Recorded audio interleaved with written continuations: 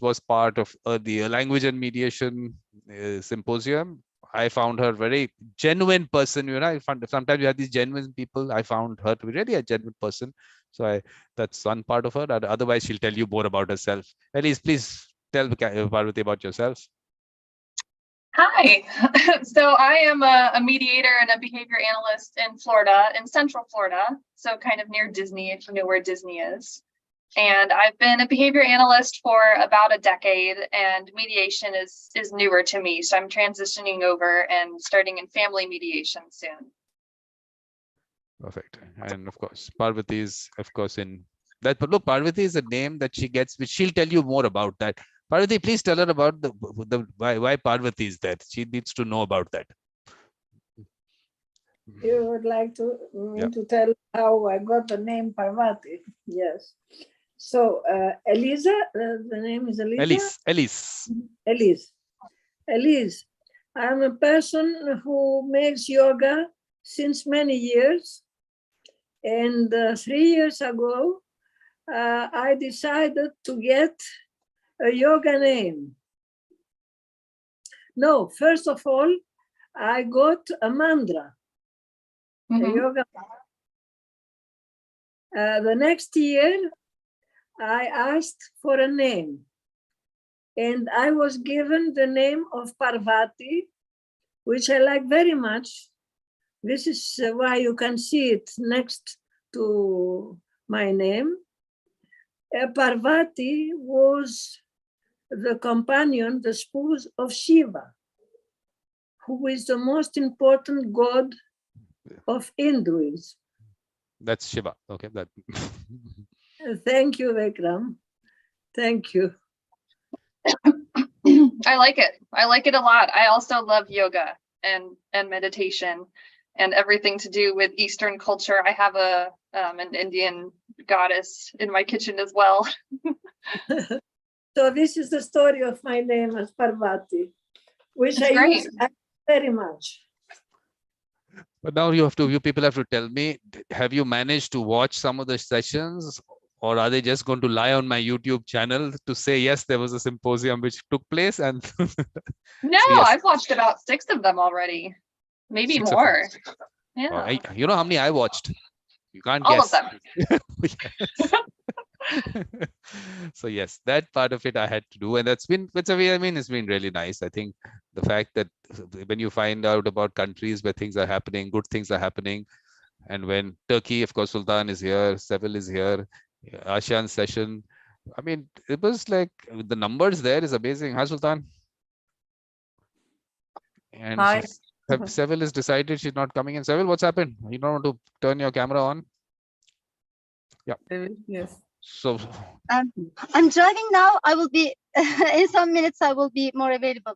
Okay, no problem. So Sultan is in, of course, in Turkey, and Sultan is not. She doesn't like to speak in English too much, but she understands everything. And I've been trying for the last 2 years that Sultan, please, you must. She participated in that first symposium, which was mediation in our culture and traditions. And of course, her son helped her in the translation. And then after that, her son also did not come back. He's a busy musician. Yes, Sultan? Okay. Hello, everybody. Nice to meet you. But Sultan, did you watch ASEAN session?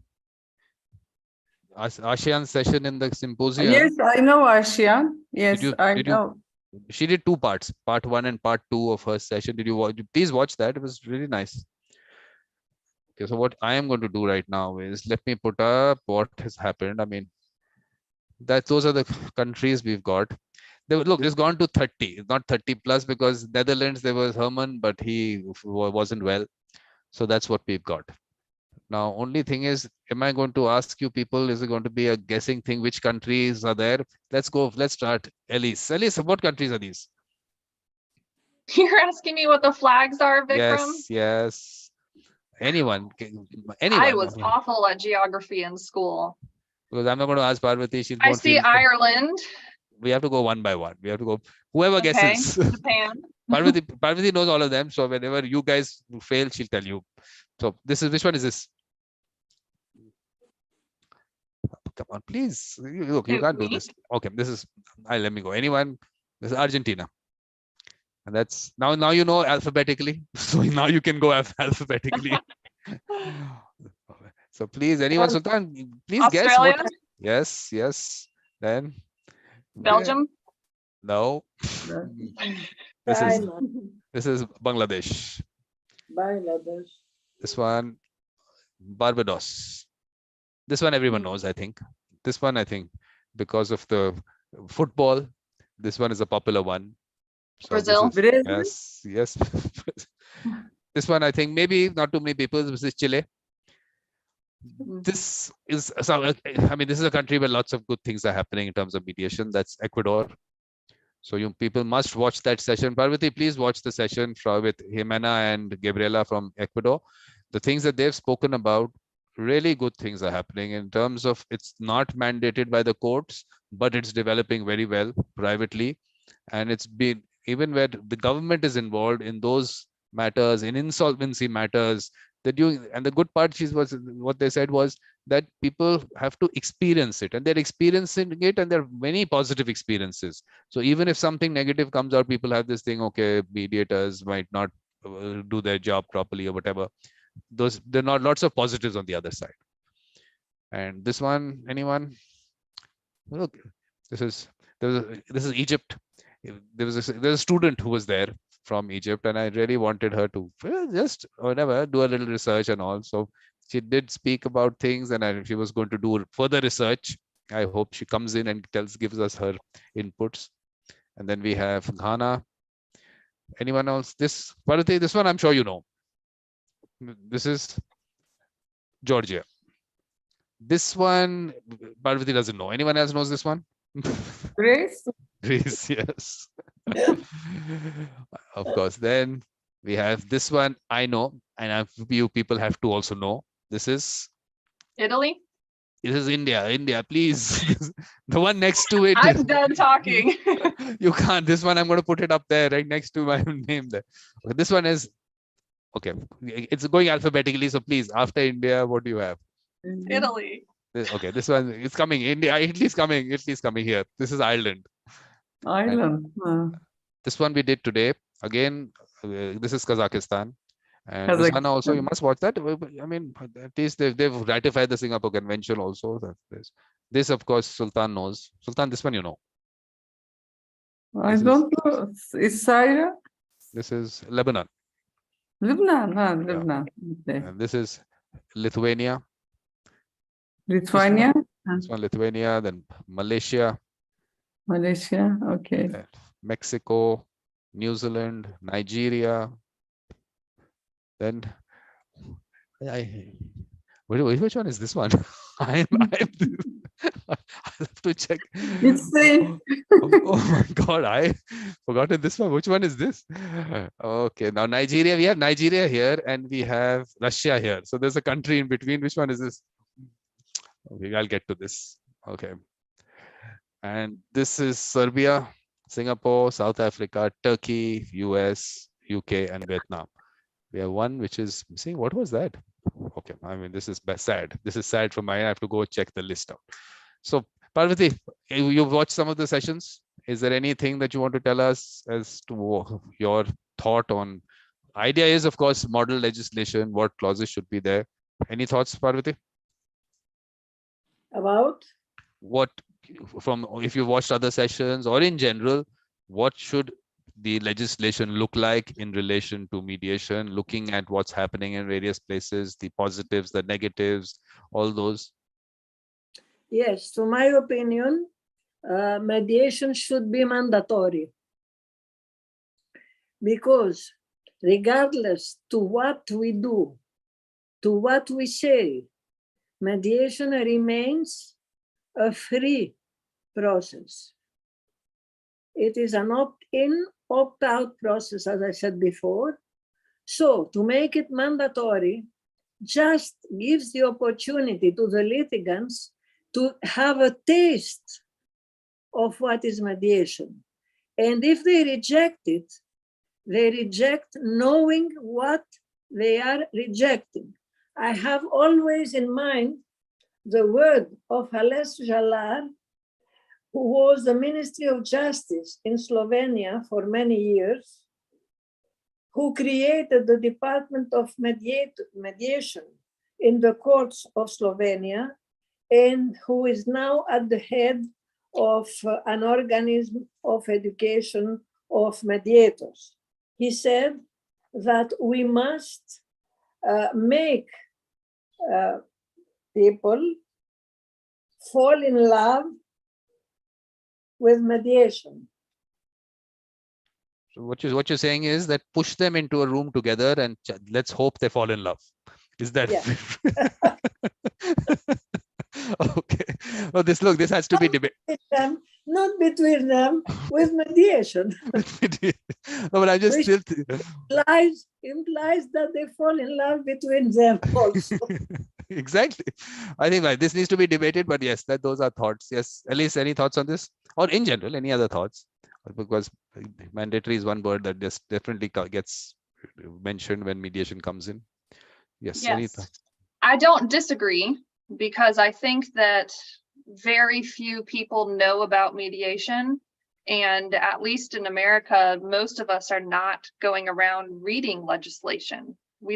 It's not a typical thing that we do on a day-to-day basis to conduct our lives. We don't look at laws unless you work as an attorney or law enforcement or something to do with that. Then it's just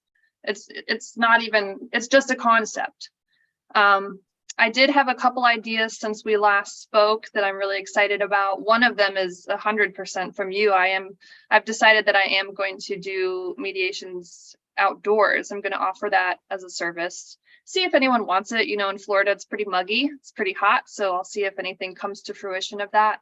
And then I have another idea that I'm not going to share quite yet, but it's something that I think will motivate people to decrease their reliance on litigation. But I want that to actually start within the company and know that I have it specifically before I let everybody else know. But it's an exciting idea, and I haven't heard of anything like that in Florida yet. Perfect. So Yeah. Of course, Sultan is going to tell us, but Seville, please help Sultan. Sultan, if you watch some of the sessions, what is your thought? What do you think? Yeah. Yes. Sevil. Türkçe söyleyebilirsiniz. Ben sizin sözlerinizi de aktarayım, kendi sözlerimi de aktarayım. Tamam. Yani şeyi soruyor yanlış anlamadımsa. Arabuluculuğun yani Veya gönüllü olması. Evet, sorun ve gönüllü olmasıyla ilgili. Şimdi yani bu aslında ülkenin koşullarına göre değişir. Bizim ülkemizde özellikle işçi işveren uyuşmazlığında arabuluculuk zorunlu olduktan sonra tanındı ve pek çok çevrede kabul gördü. Okay. İstersen bunu So Sultan also thinks that it depends on the culture and the environment of the country. Maybe it can be voluntary in some other countries, but in Turkey it helped people to know about mediation. It is a process. Maybe it's not the ideal situation, but at least for some period of time, to people learn about it. It helped Turkish people to understand what mediation is. So she also thinks that making it a mandatory process before you go to a court situation, so it was useful. She also thinks in this way. And I also agree. Of course, it's not ideal, I would say, and you come across a lot of negative experiences as well. We should admit that. But still, in this way, it's an opportunity for most of the people. But we should always remember that at some point in time, when people really learn about it, then it should become voluntary. It must not be like this all the time, I would say. Because actually what we need to discuss on that end is that mandatory, of course, people keep talking about it, but is it connected to the inefficiency of the court system? Because the mandatory part of it, because of the inefficiencies of the court, still in the mediation, that aspect will still come in. That, of course, if you go there, it'll take you so much time, it'll cost you so much, so that entire mediation has that on its head, that gun on its head. So is that good for mediation? Because mandatory, you can send people off, but is it really mediation? Well, that by itself, we have to discuss whether that is mediation itself, because the inefficiencies of the court means that it is not self-determination. There is some external factor, which is the inefficiencies of the court. So, I mean, we need to discuss that for sure. I don't know what your thoughts on that are. And of course, you can ask. Yeah. Yeah, so it becomes more like a dispute resolution or some debt relief sometimes rather than real mediation. But it also depends on the parties, if they are voluntary to talk and really to mediate, and the mediator itself, himself, it can be a more efficient one as well. Because from ASEAN session, in the Turkish experience, the numbers are very high. She says, what, 3 million matters going into mediation. The numbers are really high. But whether to look, I mean, dig a little deeper, that in the labor, because lots of labor matters are going into mediation there. Now, is it really truly mediation, and that is when the resolution is coming out? Or is it because those people who are in that litigation and who obviously maybe don't have that kind of money, they don't have a choice, there are power imbalances there? So are they settling for that reason? Are they settling for the good reason or for the bad reason?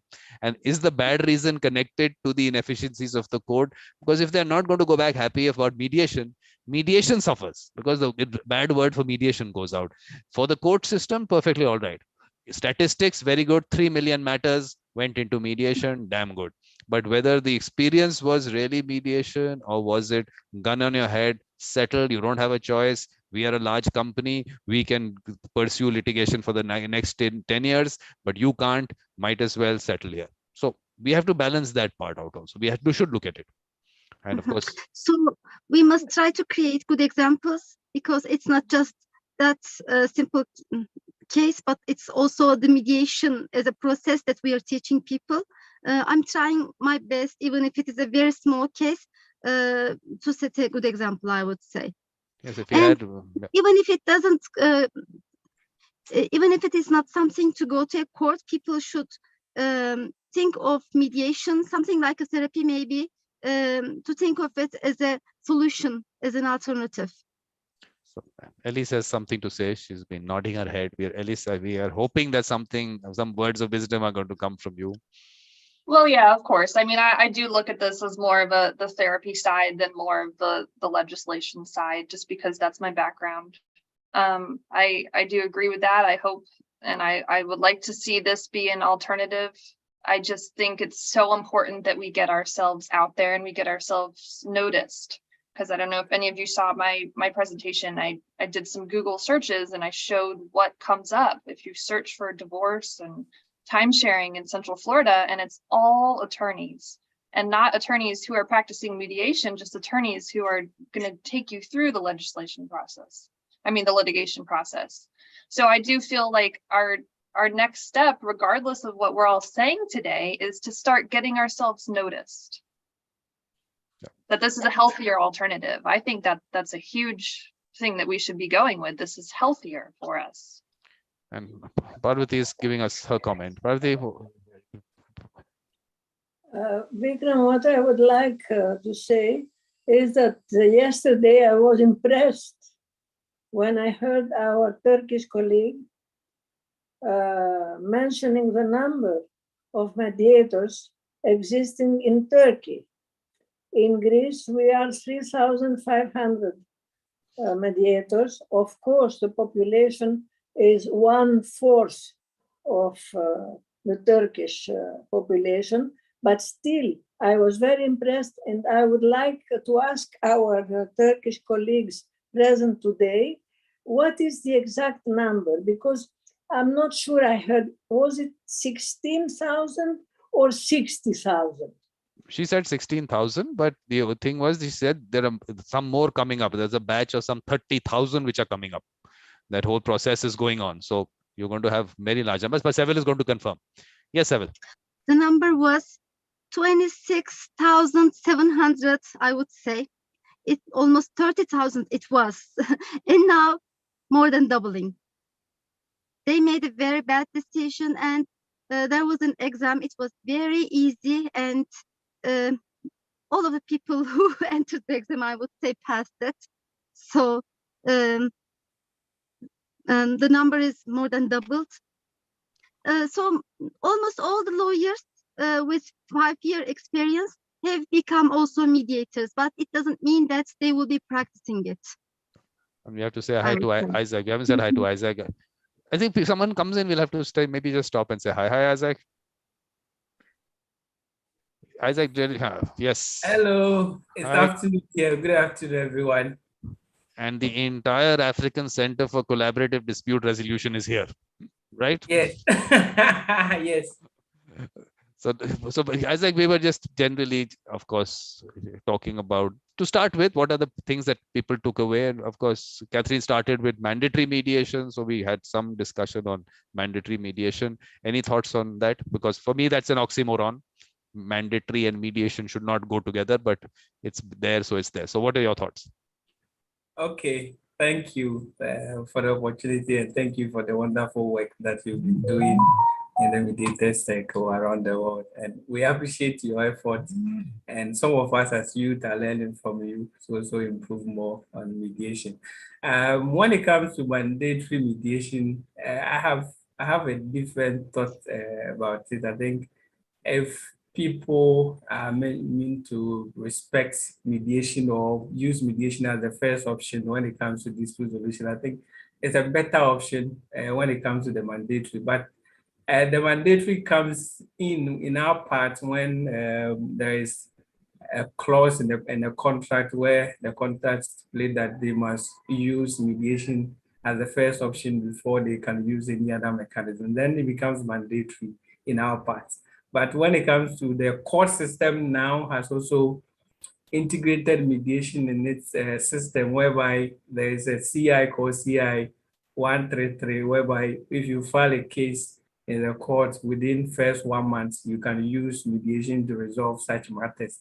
But it is not compulsory, but the court has given the leeway for people to try using mediation to resolve such matters, but they can choose not to do that, or they can choose to use it. But when you go to the commercial courts, pre-trial conference, whether you can use mediation or whichever, it's compulsory, it's mandatory. So you must complete that because of maybe trade secrets and all that. So I think mandatory mediation should be the way forward, because a lot of people, if you don't put some kind of a sense of responsibility to settle in them, they always feel although it's voluntary, but I think there must be something to push them to use mediation, which will be helpful to them. So I think mandatory mediation is something that we should all be vying for, and also make sure that it becomes the order of the day, that if any issue happens, try mediation first before any other mechanism that you want to use. I think that's my thoughts for now.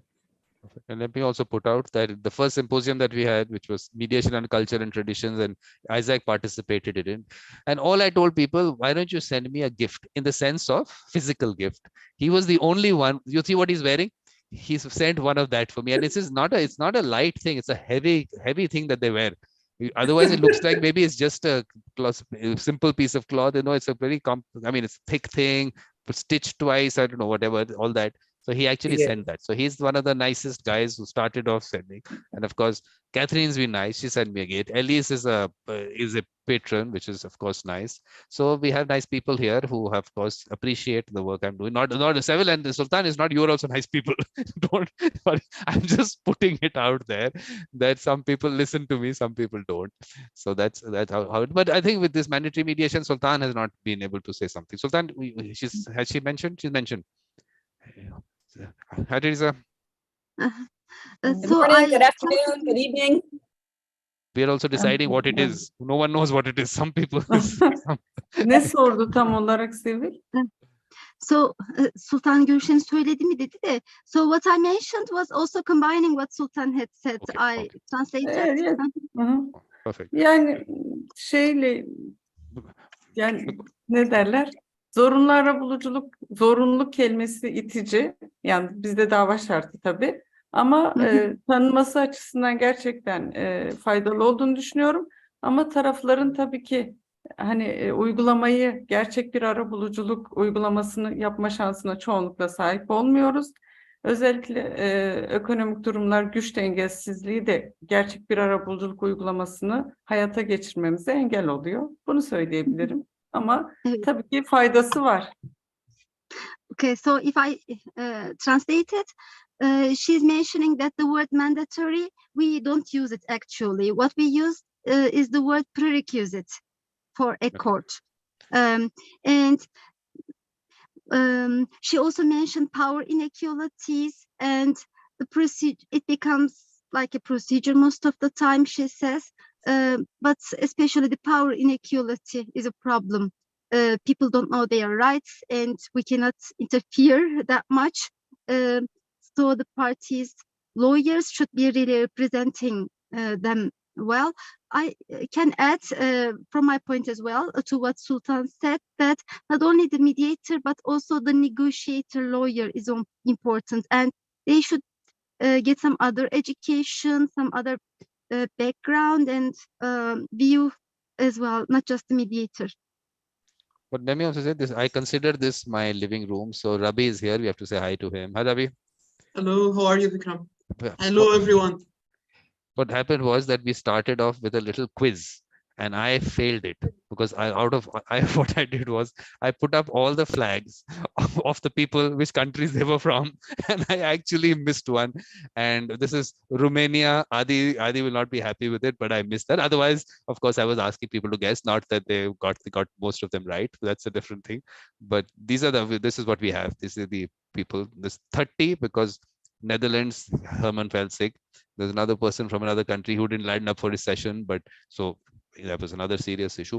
So okay, we just started off by I was just saying, let's look at each aspect in terms of legislation. Though for some reason, always mandatory mediation gets mentioned first. So we were just going around asking people for their thoughts on that. So Teresa is going to give her thoughts first, and then Rabi can do that. Yes, Teresa. And I was listening in before I got on, really glad I missed the flag quiz because I would have failed.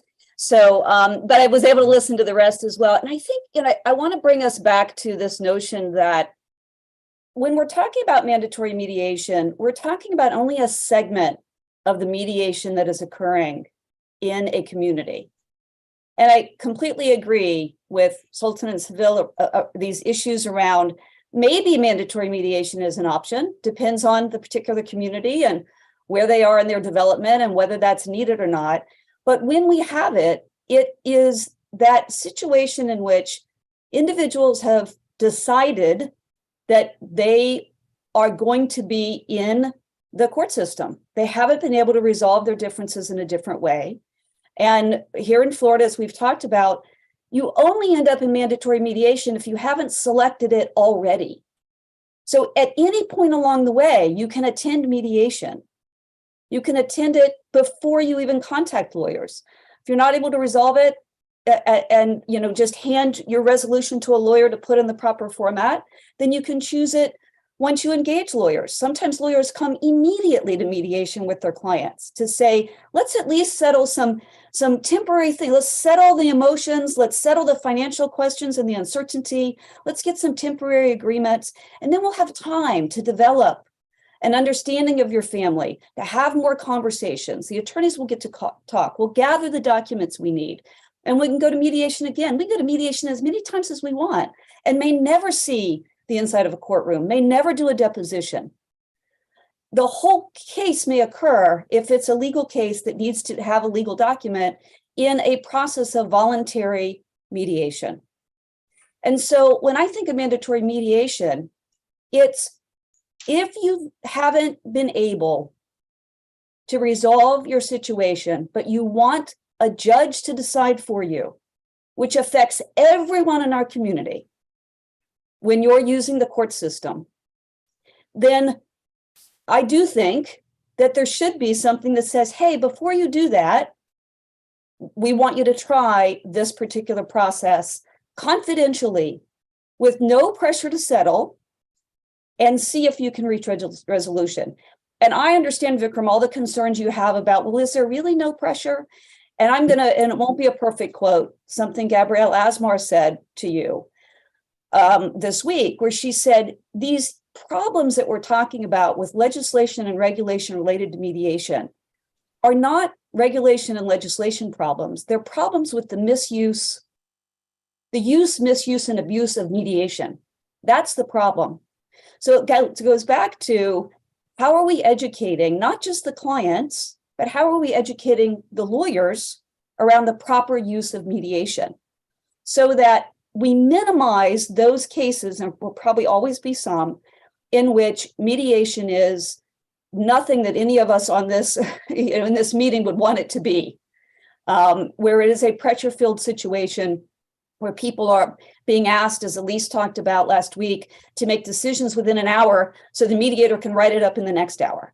And so I think there's a place for mandatory mediation, but we need to take care of these other aspects for it to be everything that it can be for people who don't know about it sooner or aren't able to resolve their situation in a different way. So we want mediation to be used well. For that, of course, we need mediators, good mediators like Elise out there. So please help her set up her practice. I'm sure you're not too far away from each other. So I'm sure we're working on a Friday morning coffee or something. We just haven't, we got to try to get it aligned, but we will. And I'm going to say one other thing, if you don't mind. I'm not trying to turn this, but we didn't get to talk about this training concept. And I've heard you so many times express, and I know it's with a genuine angst over this notion that people might think you go to a mediation in a box sort of training, and that makes you a mediator and there's nothing else to it. And I think maybe it was you, Savell, was still in the car talking about the number of mediators that maybe 100% that sort of passed the test. I have to say, I feel very fortunate in my 30 plus year career. I've never been to a mediation training that said, this is it. This is all you need to know. You will never need to know anything else. I've never been to a mediation training that said, it has nothing to do with you as a person. And those inside out concepts about how you work on your own person that you bring to mediation, how you continually work on your reactivity and your language and all these other softer skills. I've only been to trainings that said, just like your clients are in a process, you're in a process of development as a mediator. And this is but one stop along the way where hopefully you picked up knowledge that you don't have, you gain some self-awareness of where your weaknesses are, and you start to get a line of sight of where you are on the process. And maybe part of that is because you and I have also talked about, I wasn't born like Ken Cloak, right? I'm not sure that I was a born mediator with mediator mindset. You're evolving, Teresa. You're evolving. You're evolving. The evolution of a mediator is happening. Yeah. There we go. And I want to be able to evolve. And training to me is part of that. And let me stop you here. Let me tell people she's not as young as she looks. In a session, she actually told us her age. She was looking at Elise, 35 years old. I am 3 decades 34. ahead. Whatever you said, I'm 3 decades ahead. We don't ask people's ages, but you said it, so I'm just saying she's got a lot of experience. Lots of evolution has already happened, so it's but Teresa, we'll get into this training part first. Let me get Rabi in. Rabi is on because the mandatory mediation was mentioned. We want to get that out of the way because that always starts with that thing. So let's just get those thoughts and then we'll go into that training part. But both are important and issues which I don't like to discuss. So always let's start with what I don't want to discuss. Yeah, Ravi, please. Hello, everyone. I'm sorry if I was a bit late, just coming from court. Just to introduce myself just quickly, I'm an attorney at law and a mediator. So today I will be discussing as a mediator myself.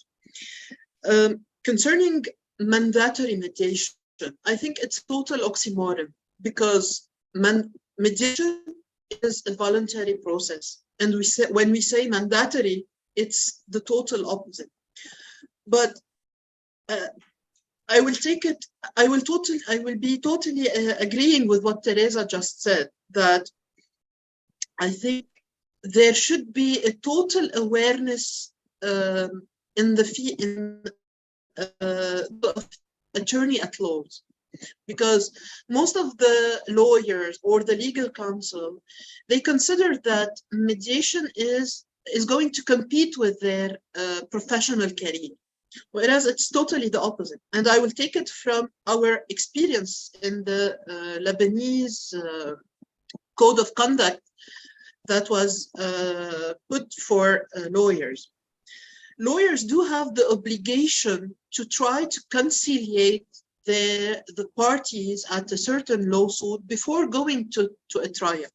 So from this obligation, I think that lawyers should try at least to take parties to at least try going into mediation. And it should not be mandatory, but as Mrs.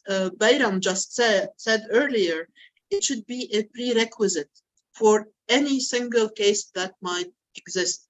Lawyers should have this awareness to at least try going into mediation and at least clarify the process for their client to go towards mediation. Because if we want to see the amount of lawsuit that court are dealing with, so many of these lawsuits can be solved through mediation, whether it's a civil, commercial, real estate, properties, family disputes, even simple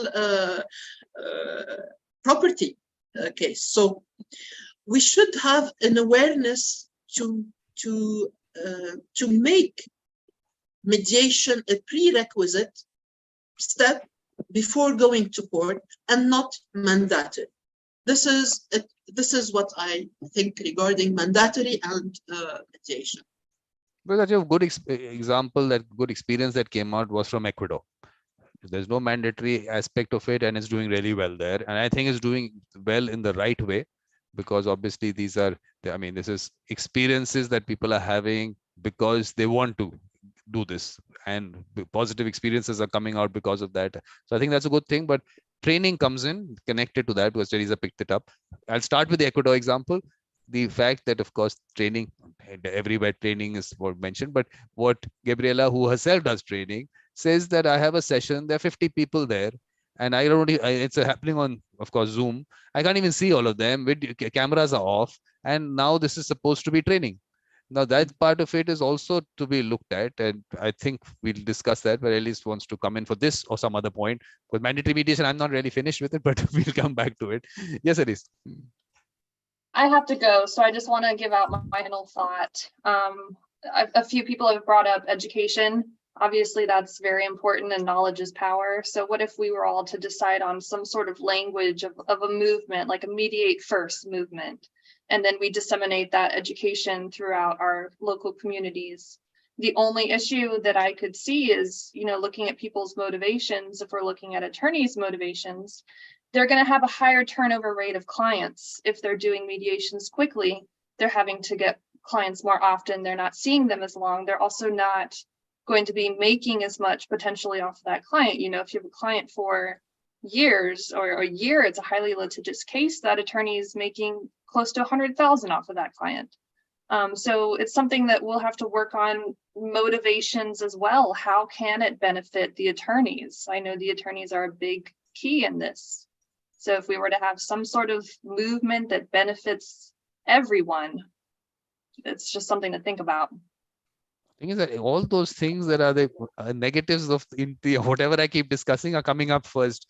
The mandatory part of it, the training part of it, the lawyers, all those things that. Well, I think a movement having to do with education prior to mandatory. I like it as a prerequisite. all that, at least that's all part of the World Mediation Circle, the circles that we create, all that will happen, awareness and everything, good things will happen there. But for me, like I said, this whole symposium and talking about legislation, so that legislation doesn't come in the way to develop those. That's the way I'm looking at it, and that is where the model legislation concept that I'm trying to bring in. All of you are here. Why should there be a restriction that, of course, Teresa can't be brought in a matter in Turkey, but she can't be brought in because Turkey has, of course, its own restrictions on who can be a mediator there. And we're talking about domestic mediation. I'm not talking about the cross-border. Cross-border, we can always keep having our discussions on. But it's just that I trust someone. I trust Rabi sitting in Lebanon. I trust him. I think he's a good man. He will be a good mediator. But we can't bring him in, supposing because of legislation. India luckily doesn't restrict, so we can bring him in. But if we can't, would it be fair on the people? There could be 2 Lebanese people in India. I'm not saying only Lebanese people should use Lebanese mediators, but the 2 Lebanese people living in India, they have a dispute, they want to bring him in. Why should we stop that? I mean, this is a trust that people have in their mediator. So by putting these restrictions, are these restrictions coming from the lawyers, their lobby? Is it coming from there? Where is it coming from? Where are these restrictions coming from? Why should there be restrictions? So that is the discussion. And then, of course, connected to that, the training part of it will come in, certifications will come in. But that's fundamentally, let's just look at whether we should restrict this aspect or not, or can we create a global pool of mediators? Is that what is the right way to go? So let's get Parvati in. Parvati, you want to give your thoughts on this? Thank you, everybody.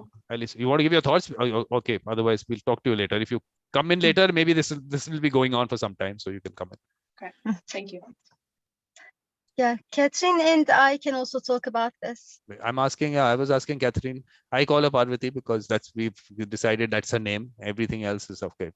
That's Parvati. So Parvati, any thoughts on this global pool and that aspect of it? Okay. What do you say? I want to, So, pardon. Catherine.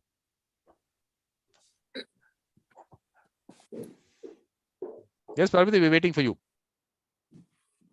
Shall I speak? Yes, Or- please, please. Yes, I wanted to clarify once more that when we say mandatory mediation, as a matter of fact, it is not an oxymoron, because whatever we call it, mandatory or whatever other term is used, mediation remains a free process which can be left at any moment. It depends on the free will of the parties.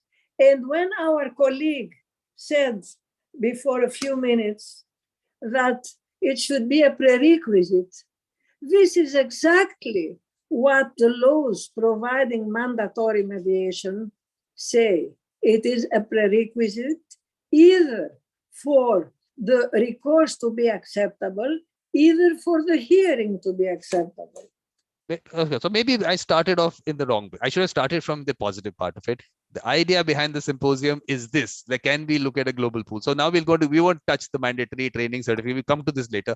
First, from a larger perspective, how do we see the whole, mediation as such developing, and is a global pool something that we're looking at?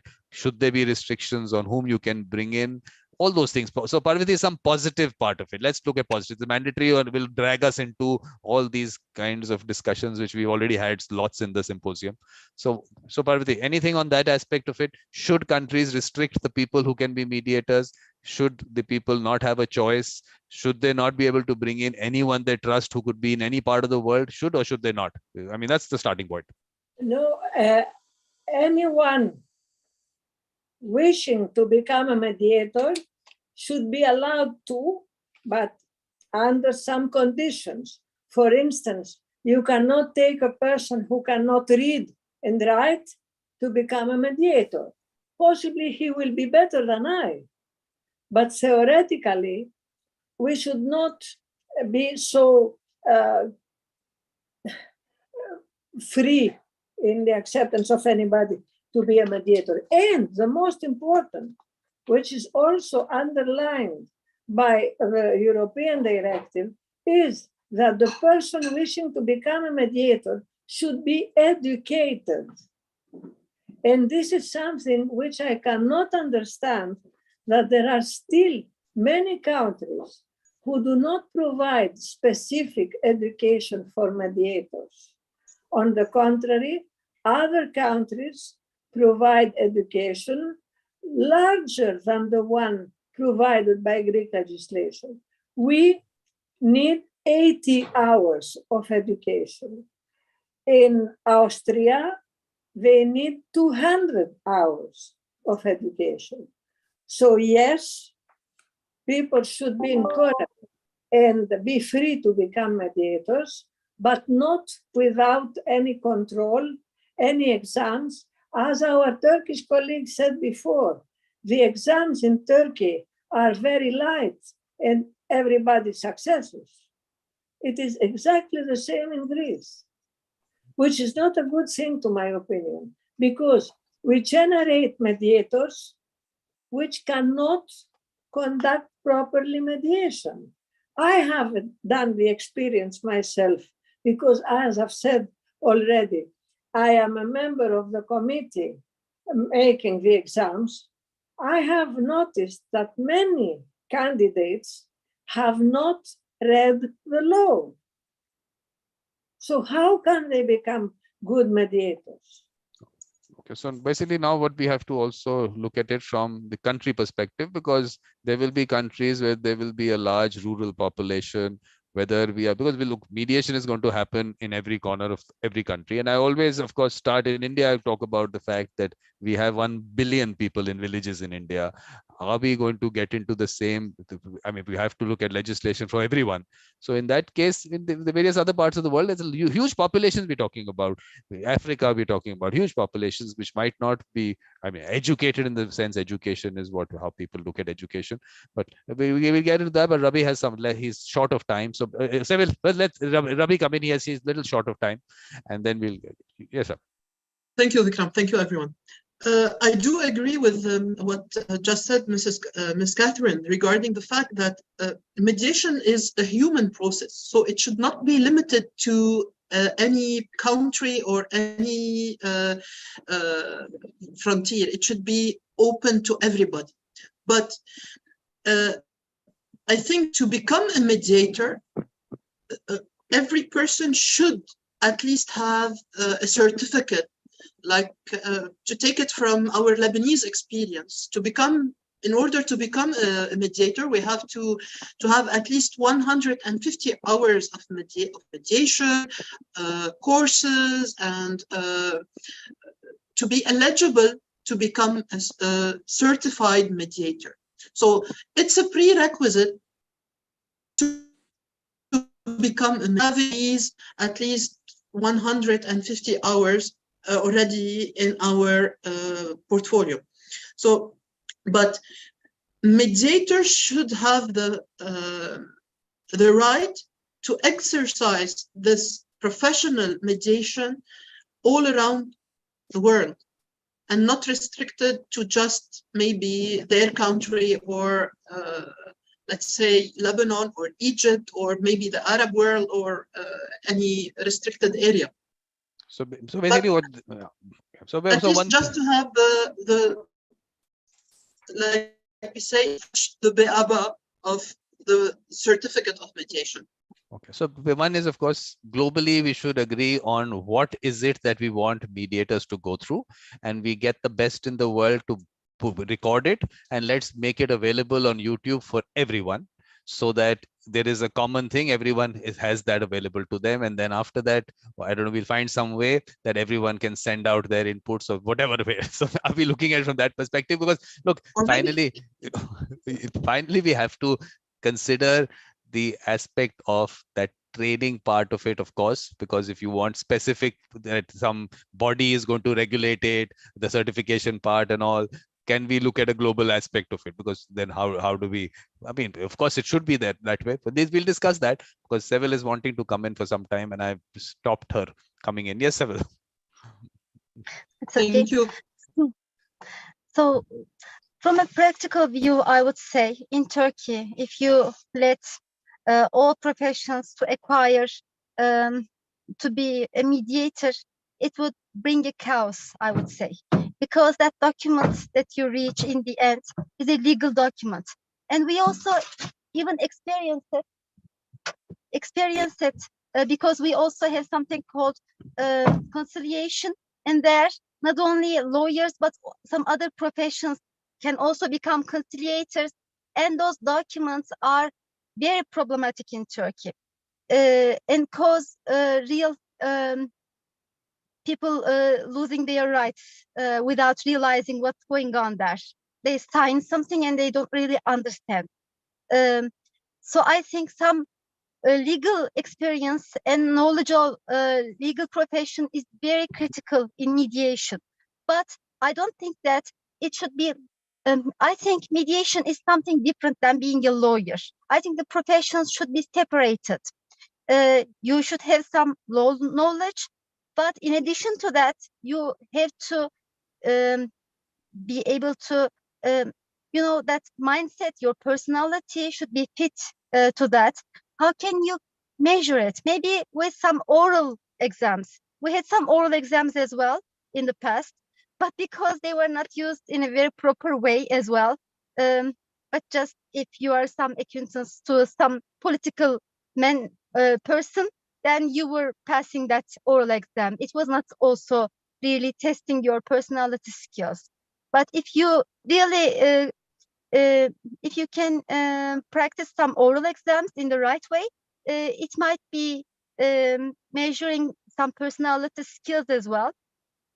I would say some legal profession, knowledge, experience is very critical, but not enough.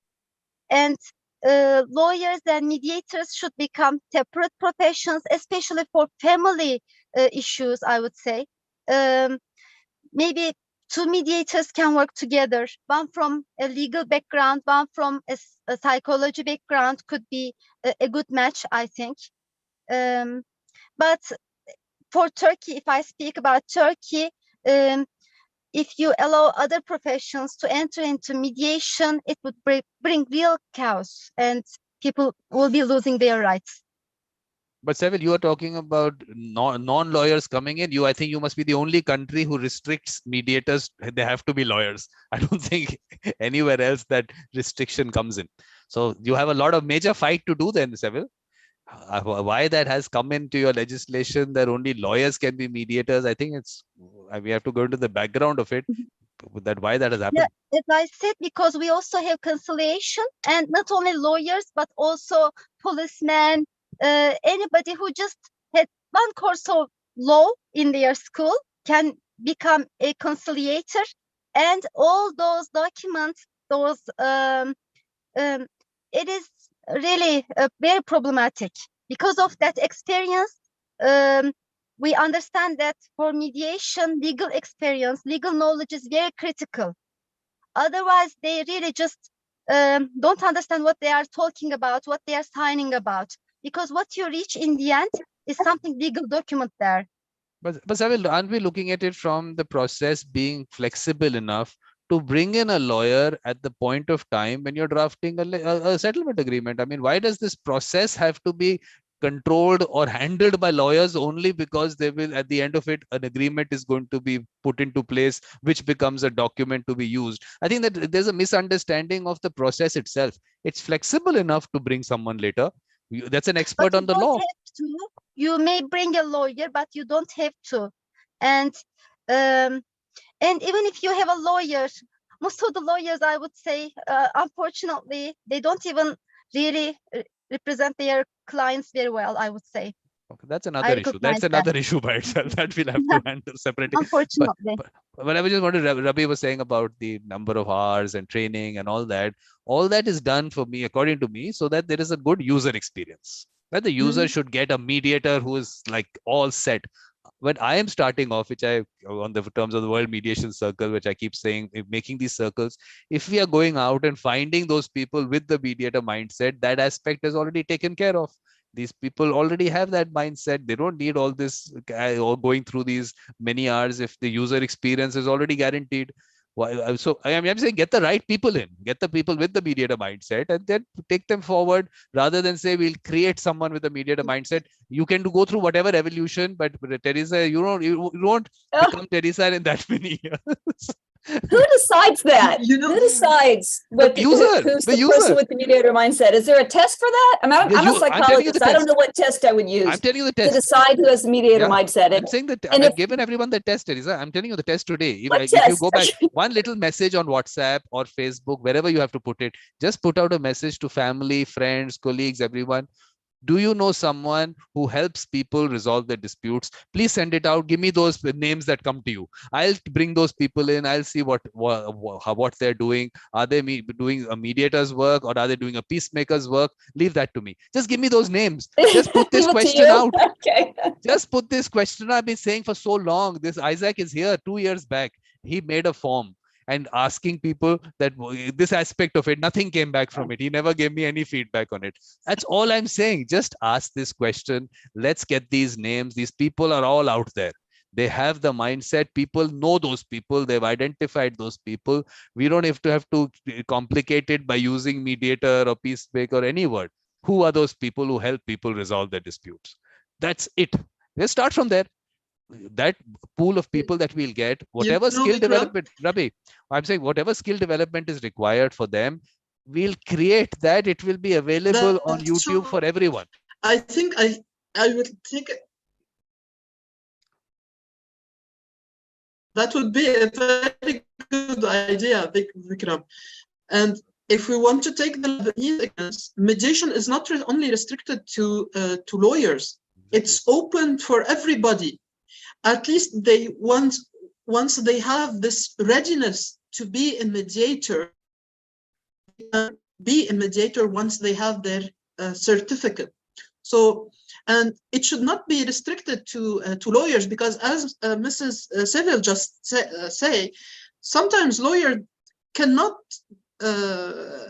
handle the mediation session properly, because they will always be thinking in their lawyer background, with their lawyer legal ideas. Whereas being a mediator, it's being a human, being ready to listen to the other party. And these things are really important in mediation. It's all about readiness, and everybody can have this readiness to be a mediator. So now what is going to the filter part of it? Let me say this question goes out, we get names. Now the filtering part that has to happen is, which of course I can do if you people don't have time. What we have to ask them is, one is helping you resolve by pushing a solution on you, that forcing you to accept a solution. Okay, that's out. Those are the arbitrators. Let's remove them from the picture. Then there is a lot which just brings people together. They do not have the skill to actually work with them on resolving it. Those are the peacemakers. We need them to bring people together. So that's then that category of people who actually assist them in the process. So we'll get to know. Now, once we have those people, those names, then we connect that with mediation rather than the other way around. That these are the people, they are doing mediation. Yes. Then they will understand what mediation is from the people who are actually doing it. So we have that connection of the people with the word.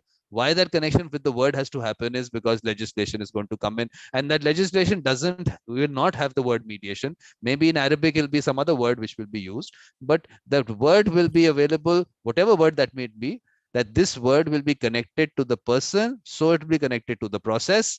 And then in terms of legislation part of it, one aspect goes out that we don't need the training certification because the user has certified them. That's my look. Ideal, Teresa, it's an ideal situation. Look, I have to work on the ideal situation. If it can work out on the ideal, the other aspect will keep going on. You people will be, of course, part of that other process of let's create mediators in those 40-hour factories. That part will continue. Certification, accreditation, I won't be able to stop that. As a multi-million-dollar industry, maybe more, maybe billions of dollars. We don't have figures. Maybe it's a billion-dollar industry. They will influence legislation. They will influence, institutions will influence legislation. All the numbers will be so small in the work that they're doing. And there are millions of disputes out there which they are not even part of. It is a few thousands of disputes which those people who actually maybe a part of those are actually the people who influence legislation. And that's where the issue lies. We have to, if legislation has to be discussed, it has to be discussed on a broad level with the users, which doesn't happen. The consultation happens with lawyers and the judiciary, and maybe some mediators might be part of it, and the government officials. So even we have to also figure out who are going to be part of any legislation that has to come through. So I think that a lot of those aspects have to come in. But my thoughts right now are first on, because my World Mediation Circle and that circles is important. So in that sense, of course, Chitra is here. So Chitra is the one, because of her, the time was 6:30 India time. Chitra, it was because of you we started early. For everyone else, this is too early. I'm so sorry. That's okay. So Chitra, I mean, of course, everyone, we get to know each other by watching each other's session. Let's not get into major introductions, but Chitra is doing wonderful work in India on mediation. So By the way, I have to say goodbye to you for today. And I appreciate your work. I think you help people find the real mediators. You have to be part of it, Savil. You have to be part of it. We have to go out. That question today, send out a WhatsApp message to everyone. Tomorrow on Facebook, please send out this message. Let's get those names together. Okay. Okay, I'll be. And I must leave. Thank you. Okay, Sultan. See you. Okay, thanks. Bye. Bye. Thank you. Nice meeting. So Chitra, I think the discussion right now at this point is on the aspect of the user experience, and because training accreditation aspect, which I'm so happy discussing that was happening. So what I was saying was that all this training, certifications, accreditations happen to give the user a good experience. That's what the whole idea behind it is. So I'm saying for the work that I'm doing in terms of the World Mediation Circle and creating mediation circles is, let's go down, let people identify those people who have that mindset. So one question has to go out. All of you should, if you can, send it out to everyone. Who are those people who help you or your friends or your colleagues in your family to help you resolve your disputes? Just ask that question. Let's get those names. And then I was saying, you people are busy people, you won't have time. I'll interact with those people. I'll differentiate between the peacemaker, the mediator, and the arbitrator, what they are doing within those communities and all. And let's take those people forward. So that's where we were. Vikram, if I may, I just want to thank you for everything. It was a pleasure to be part of the session today as well. And thank you for everyone that, for the participants with us here today. But unfortunately, I have to leave. Thank you, Rabi. Looking forward to see and to watch the recording of the session later. Perfect. Thanks a lot, Rabi. Thank you for participating. You and of so course, much. Future events will get you in. It would be my pleasure. Have a nice afternoon. Bye-bye. Right, thank you. So Chitra, this is where we were. Any comments at this stage? I think I'll listen for a bit. And A lot of now listening has all happened. That's the thing, we've already gone through. I've joined suddenly, so I'll give it a little more. Yeah, so I'm just giving the background. We've actually discussed that these aspects before you came in. So I was just, of course, the first thing that was being discussed was the mandatory mediation part of it. It started with that, the thoughts, everyone's thoughts on that. Then a little discussion on the training aspect of it, some thoughts on that. And then, of course, on this aspect about a more widespread usage of, and getting people in. So these three things have happened. You can give your thoughts on all three. Just give me a little time. Okay. So Teresa definitely has thoughts on all these things, definitely. So how do we work? Because look, finally we have to work at, all of us have the same objective. So with my thoughts, my thoughts. Luckily, at least you have watched some of the sessions and other things that I do. So let's just try and put that together in some way. That meaning the way you would like to see the plan. I'm trying to think, and my brain is seeing all the obstacles, which is not a good approach. So maybe Isaac or Catherine or Chitra have some ideas that are not around the obstacles. And I'm also thinking about, actually sent you a couple of really old articles, because we've had this legislation issue for so long, and this concept of trying to naturally bring the scope of, peacemakers to mediators into the realm of helping people resolve differences, and I'm just going to use family law because that's where most of my experience is. And whether it was a truly a legal issue or just family issue, it wasn't growing enough here is all I can say. And so in Florida, this whole concept sort of started with a citizens dispute resolution center in South Florida in the 70s. And it was like, wow, look at this. People are going and they're not only resolving their disputes, but their user experience is positive. They feel good as people that they went in and they sat down with someone and they were able to solve things. And so then you layer in a little legislation that says, well, let's do that everywhere throughout the state. Okay, well, there's imbalances in the state because some people are getting a really good product and other people aren't. And so let's fold it into the government then, where the government will disseminate money so that every county can have a good process. And then inevitably, well, there's not really enough money to do it that way. So you start tightening up, and then you get to some of the problems that Elise talked about in her, which do occur. And so I try to think about our community going back to let's identify those people and I don't know how that would really work in the system that we have. I will say that theoretically in Florida, not anybody can be a mediator if you want to be certified, but there's broad. I'm a psychologist, right? For those of you who haven't picked that up, I'm not a lawyer, and there's all kinds of ways you can come to being a mediator, and how the state tries to manage what they see as this mix of professionalism and appropriate level of knowledge is you kind of get points essentially for if you have a certain educational background. Then you have maybe a little bit less you have to do, fewer hours, fewer mediations. If you don't have the same educational background, you can still become a certified mediator, but you have to do more mediations and more. So they try to find that balance. You don't have to be certified to do mediation in Florida. You can choose your own mediator. But the reality is, certified mediators control the market from a business perspective. And I don't know that the average citizen knows that you can pick whoever you want. If you're not reading the statute or someone doesn't tell you, you don't know you can pick a certified or a mediator who's not certified. And this is unrelated but related. When I think about coming up with some kind of definition and a way of advancing mediators worldwide, and then we have a agreed upon educational and certification piece. Here in the United States, I'm not even allowed to practice as a psychologist in the other states. I'm allowed to practice in Florida. And psychologists have been working for decades on trying to, and it was a big issue in the pandemic as people moved and shifted and lost jobs and and yet your client wanted to stay with you, but they're now living in another state and you're not allowed to provide services to them without potentially getting in trouble with your licensing board, not being covered by insurance, and so when I try to think, and so I'm glad there's people like you, Vikram, that are thinking broadly like that, because I have a hard time figuring out how we get to that in reality. But what were the what are the issues there? Why are they not being able to come out with something uniform so you can practice across states? And I don't know how else to say, because I was thinking about this too and trying to figure out a nice way to say it.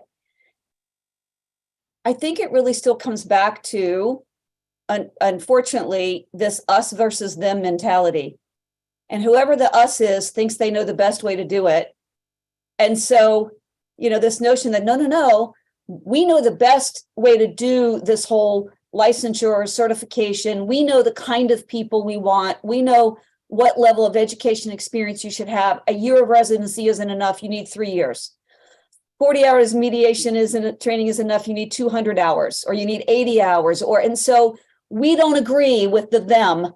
So the us wants to say, we got this thing nailed. This is the way to do it. And so if you'll come over to our way, great. And the them says, no, we've got the way to do it. To me, I think that's the fundamental, right? And then we'll be over in the philosophical part, and you have much brighter folks that have talked with you more along those lines that relate to the problem we have with our why humanity keeps making the same mistakes over and over and over again. But I really think it sort of comes down to this notion of the us versus them, and they can't get it reconciled between the states. But in terms of the people who have to do this certification or these training programs and all, is there a limited set of people who have to do it? Are they also certified by some organization, authority which does that? I mean, the limited people who are part of that process? For psychologists, you mean? Yeah, and Or for other mediators, professions? let's just look for mediators. Well, not limited in the sense, as I was saying, there's lots of different ways you can become. You do not have to be a lawyer. You do not necessarily have to have, like, I think you have to have a high school education. What we call high school here is you're from age 5 to 18 and you're through high school education. You don't have to have a college or university education, but then you have to do more hours of other training or mediations. I haven't looked up all the refinements that came in a number of years ago that we're trying to open certification to a broader group of people. We do end up with some of the issues that Seville was talking about with, so I, as a psychologist, do a fair amount of mediation, which I really enjoy doing. I do other things as well. But most mediators in Florida are lawyers, but not all. And I really prefer, if there's a legal issue, I prefer to do mediation with individuals who are represented by lawyers, because otherwise you end up with agreements where people don't fully understand the implications of what they're signing. They don't understand what their rights are. They don't realize what signing to this is going to mean for them 5 years from now.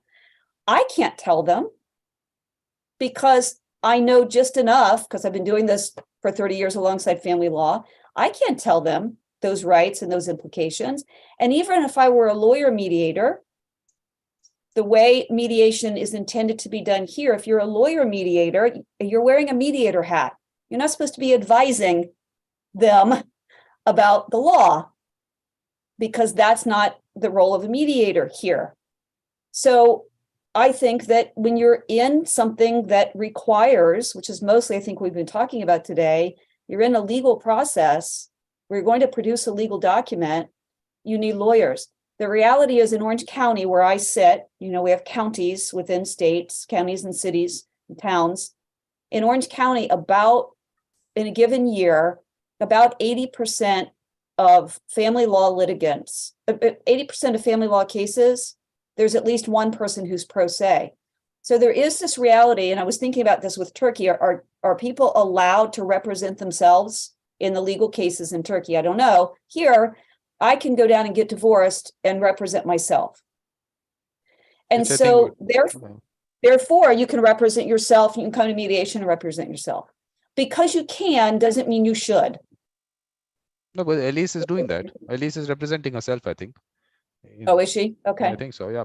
No, but my question really is on the aspect of the training part of it. Are there few institutions that you have to go to get that training, to move in the process, or is it, how does that work? How does, Yes, but that came over time. I can't tell you the exact year that it became a certain number of institutions. There's nothing that keeps you from coming in and meeting those requirements.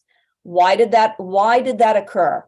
And you and I spoke in my little thing about it's so fascinating to listen to all the different ways that countries are trying to address the challenges that come with mediation is a great idea, but here are the problems that occur when you have mediators who aren't operating as ethically as we might think they should, or as with the skill level or with the knowledge. And so then there's problems for citizens, there's problems for consumers. And so then there's this course correction. Let's fix it by, that didn't, let's course correct back here. So if you look at the history in Florida, a lot of that has occurred. Some people would say, wonderful, where we are now, and other people would say, that they took a wrong turn here or there. And so some of what occurred was there were training groups that weren't necessarily doing a great job. in someone's eyes. And so the state of Florida said, oh, no, no, no, we're going to set some standards. And so here in Florida, the Supreme Court of Florida, not our Supreme Court of the US, the Supreme Court of Florida takes, again, this is my simpleton's view, they don't have time to do all the work. So they take information that's provided to them by committees, right, that aren't just lawyers, other people are involved in those, that says, here's some ideas about training standards. And the Supreme Court of Florida either says, yep, looks good, or no, we don't like this. And they send it back for revisement. And so ultimately, what is supposed to go in a training is approved by the Supreme Court of Florida. And they say, these are now the training standards. And over time, those standards get changed, improved, and updated. Same with the certification standards. It's the Supreme Court of Florida that ultimately looks at it and says yes or no. But as I said, the people that provide that information are not just lawyers. I think there's a lot of work that goes in, and actually a lot of listening, to a point you made earlier, a lot of listening, then I'll stop talking. A lot of listening that goes in, including from consumers. And part of how we know what consumers think is when there's a complaint filed and a consumer says, I didn't understand the billing that the lawyer was going to, or the mediator is going to do. I felt like I didn't have self-determination. I felt like the mediator gave a legal opinion to my spouse that I don't think was appropriate or whatever. And so some of the listening is around complaints, but there's other ways that they listen to consumers, mediators, and lawyers in revising these standards.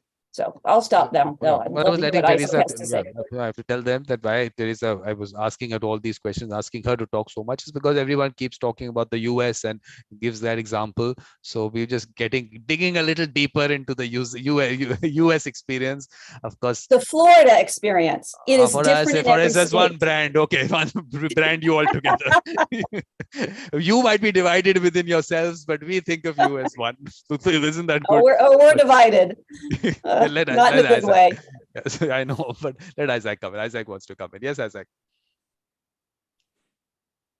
Thank you, Vikram, and thank you, Teresa, for the wonderful overview of what is happening in Florida. But I seem to have some difficulty with where she mentioned that the mediator cannot give certain advice. But sometimes during your opening statement, there are certain things that you give out as education, as information for the parties to know what they are going to sign at the end of the process. So I don't think whether they are lawyers or they are not lawyers, the people will not be able to, a mediator will not be able to work well to let the people understand what they are going to sign. That is where I had a little challenge when she mentioned that she likes combining lawyers because the parties have to know, and the mediator, you are not supposed to give certain advice and all that, but it shouldn't be an advice, but they can come in the form of education to the parties whereby they understand certain things that they are signing.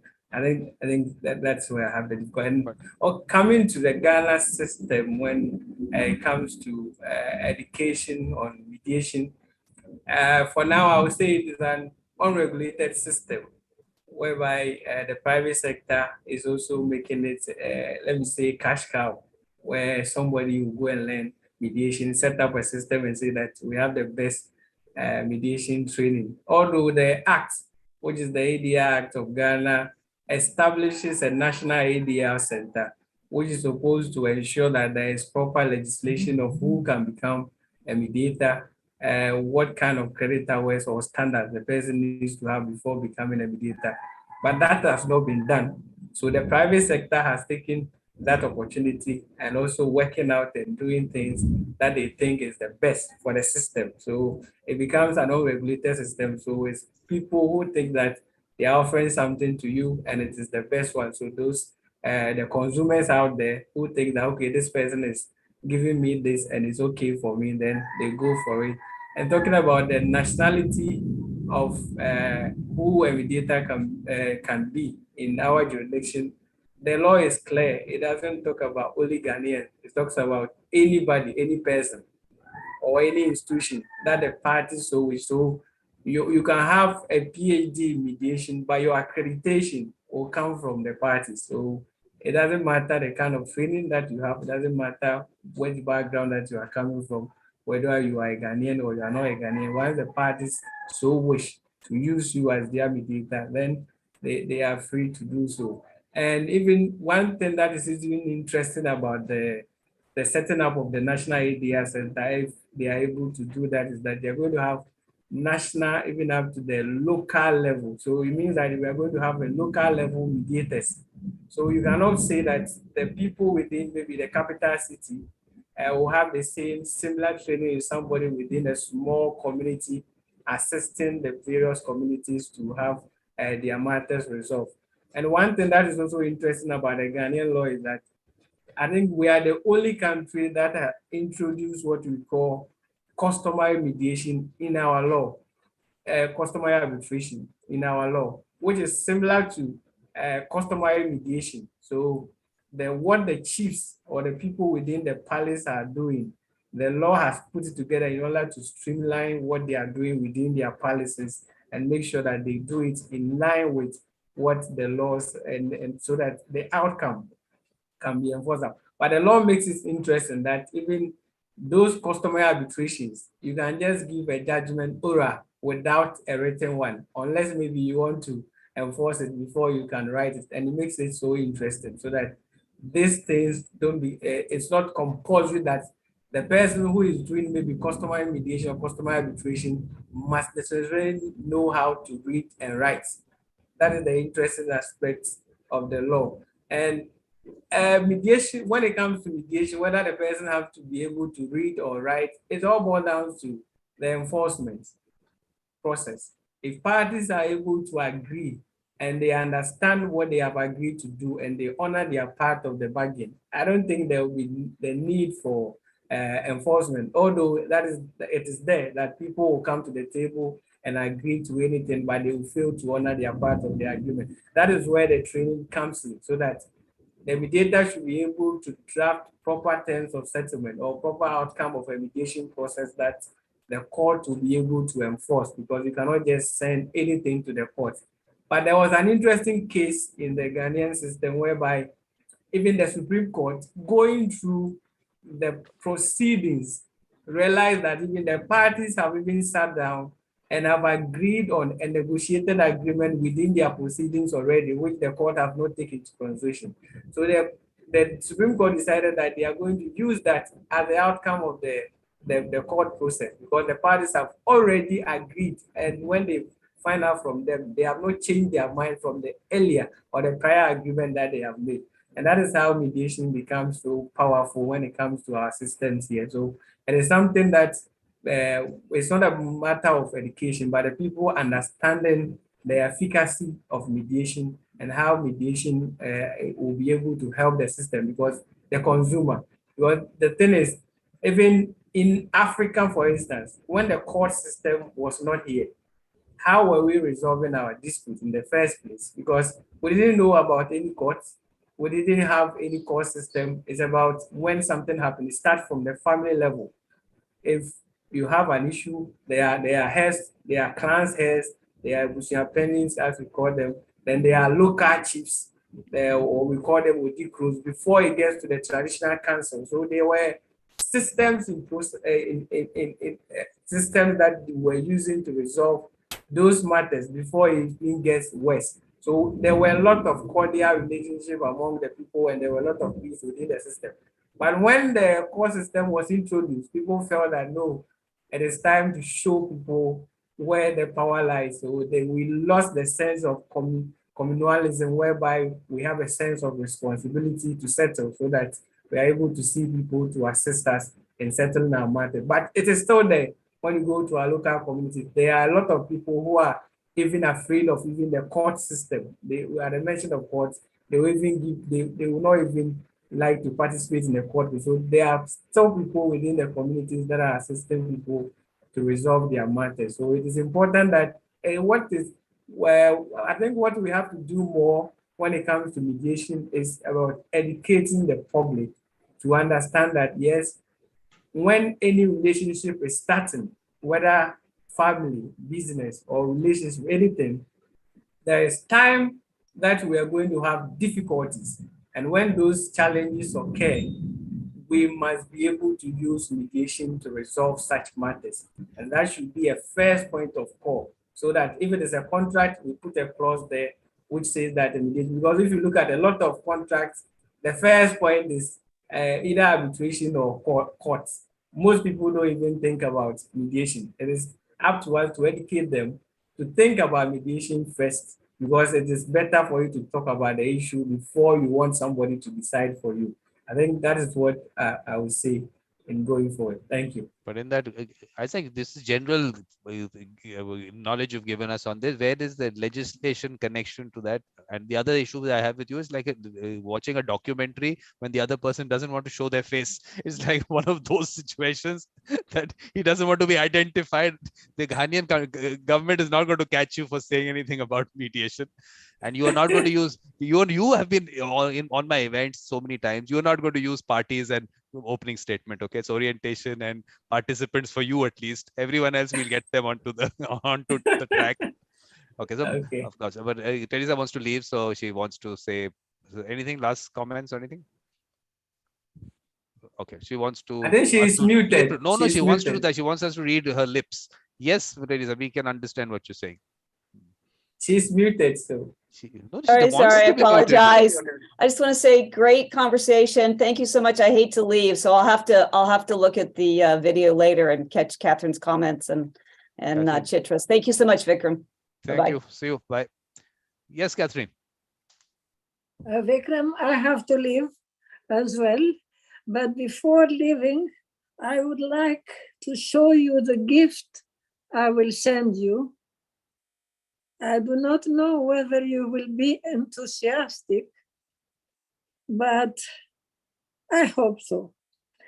It is a book. Can you see it?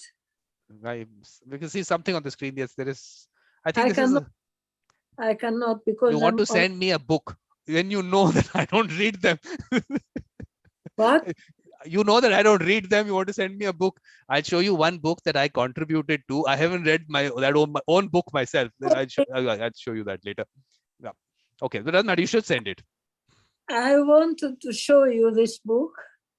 It has just been edited, published, and we are around 30 mediators and trainers of mediators who have contributed to this under the supervision of a professor of the Pantheon University in Athens. It is in Greek, so you will not have to read it.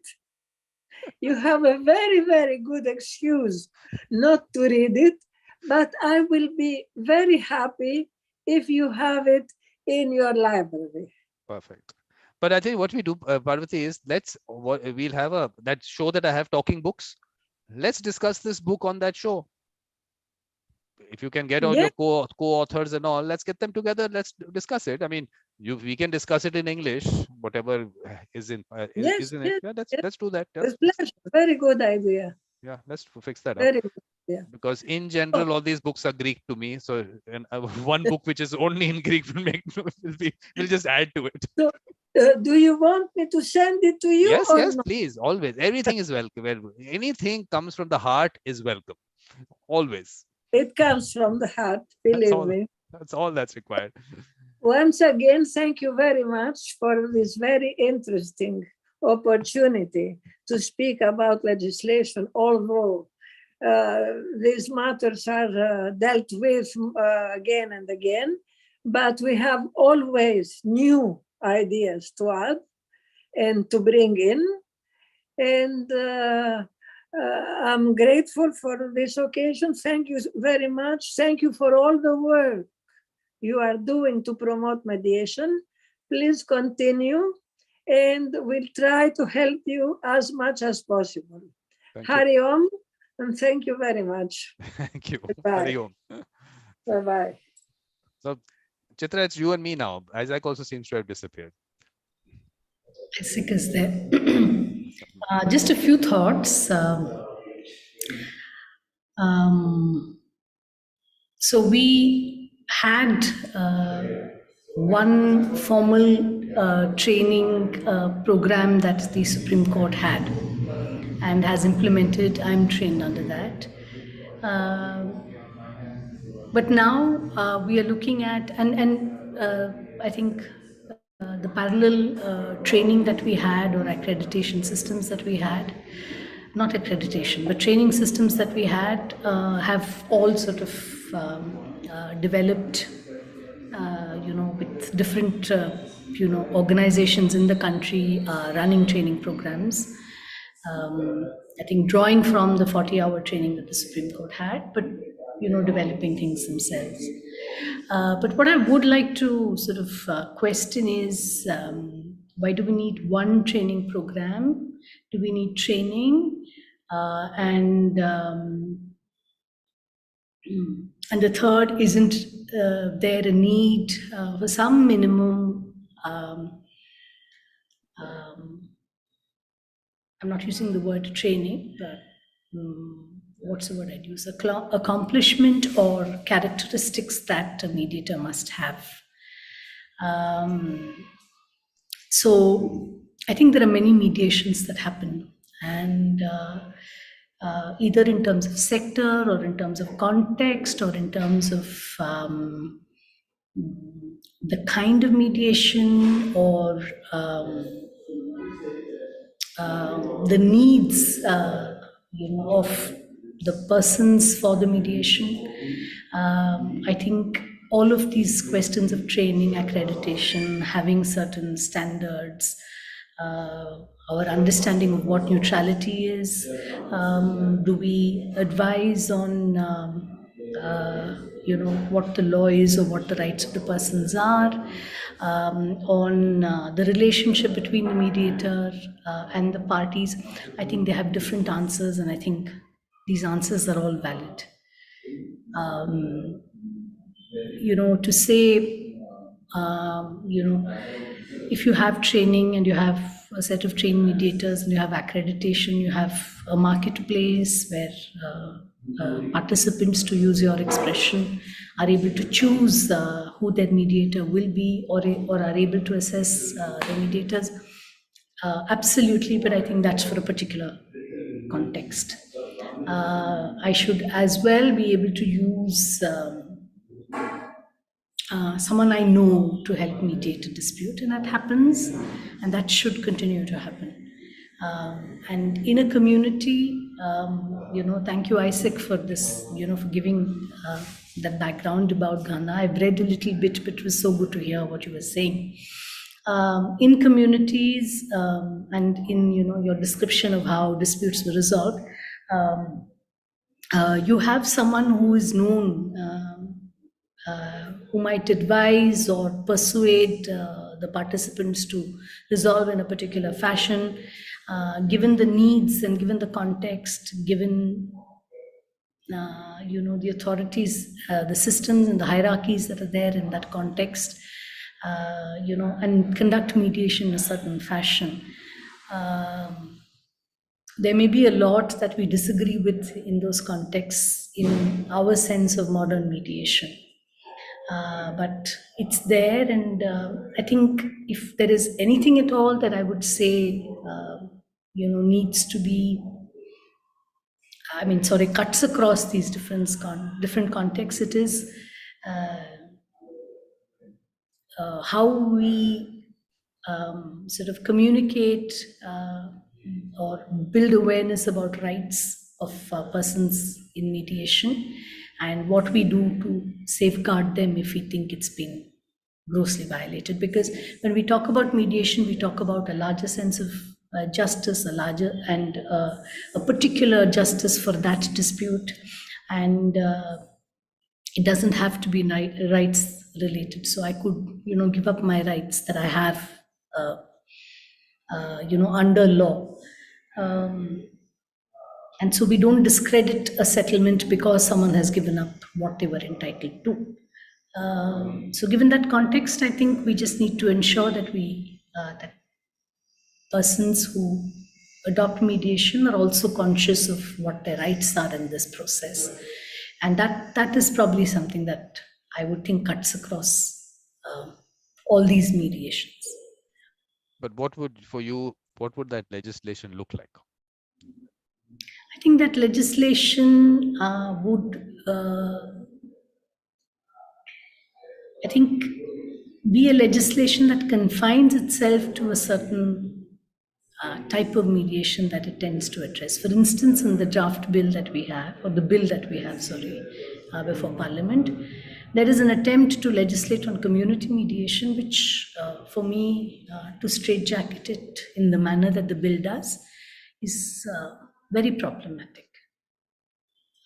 So when we have a legislation, we say that if we're looking at rights of parties, or we're looking at enforcement of the settlement agreement, okay, you go across the board and say this is what it will be.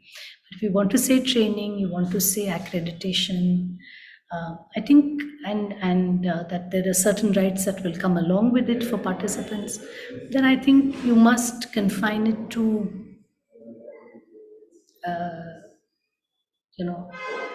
a certain type of mediation that is happening in a formal institutionalized way. Because I tell you, the good example for what work is happening was, of course, the Ecuador example that I found. Of course, no, small country, or 18 million people, that's all there is. But the people are actually using it. I mean, the experience part of it, they're actually experiencing very interesting things. In the government also, the government is using it. They've got a whole system there, how the government can use it so that there is no issue for the people who are involved, that they have any liability. So that whole system they've discussed there. In insolvency, they're using it. So a lot of good things are coming out there. And of course, in terms of the people who are coming into it, they have these mediation centers. And of course, to be a part of a mediation center, there is a training part of it, which also, I don't know, you were here when I was discussing that. There is Gabriela, who was there, does those trainings also. And she does say that this is becoming an issue now with the number of people attending those. Now you have 50 people attending a session, videos off, and that is also called training. And obviously you can't even interact with all of them first. And of course, you can't even see all of them on one screen. So the training is going into that direction also, which also, of course, I mean, on paper, it is a training. And that part of it, whether that affects it on a long-term basis or not, how it has to work. So I don't know that answer to whether training, because I have my views, but I'm not going to, I mean, for me, like I said, if that option is available where people can appoint their own mediator and that part is available, which of course can I call it the X bill? Is it possible to call it the X bill or not? What would you prefer? So the X bill. Call it what you will. Okay, so the X bill part of it at least left that open.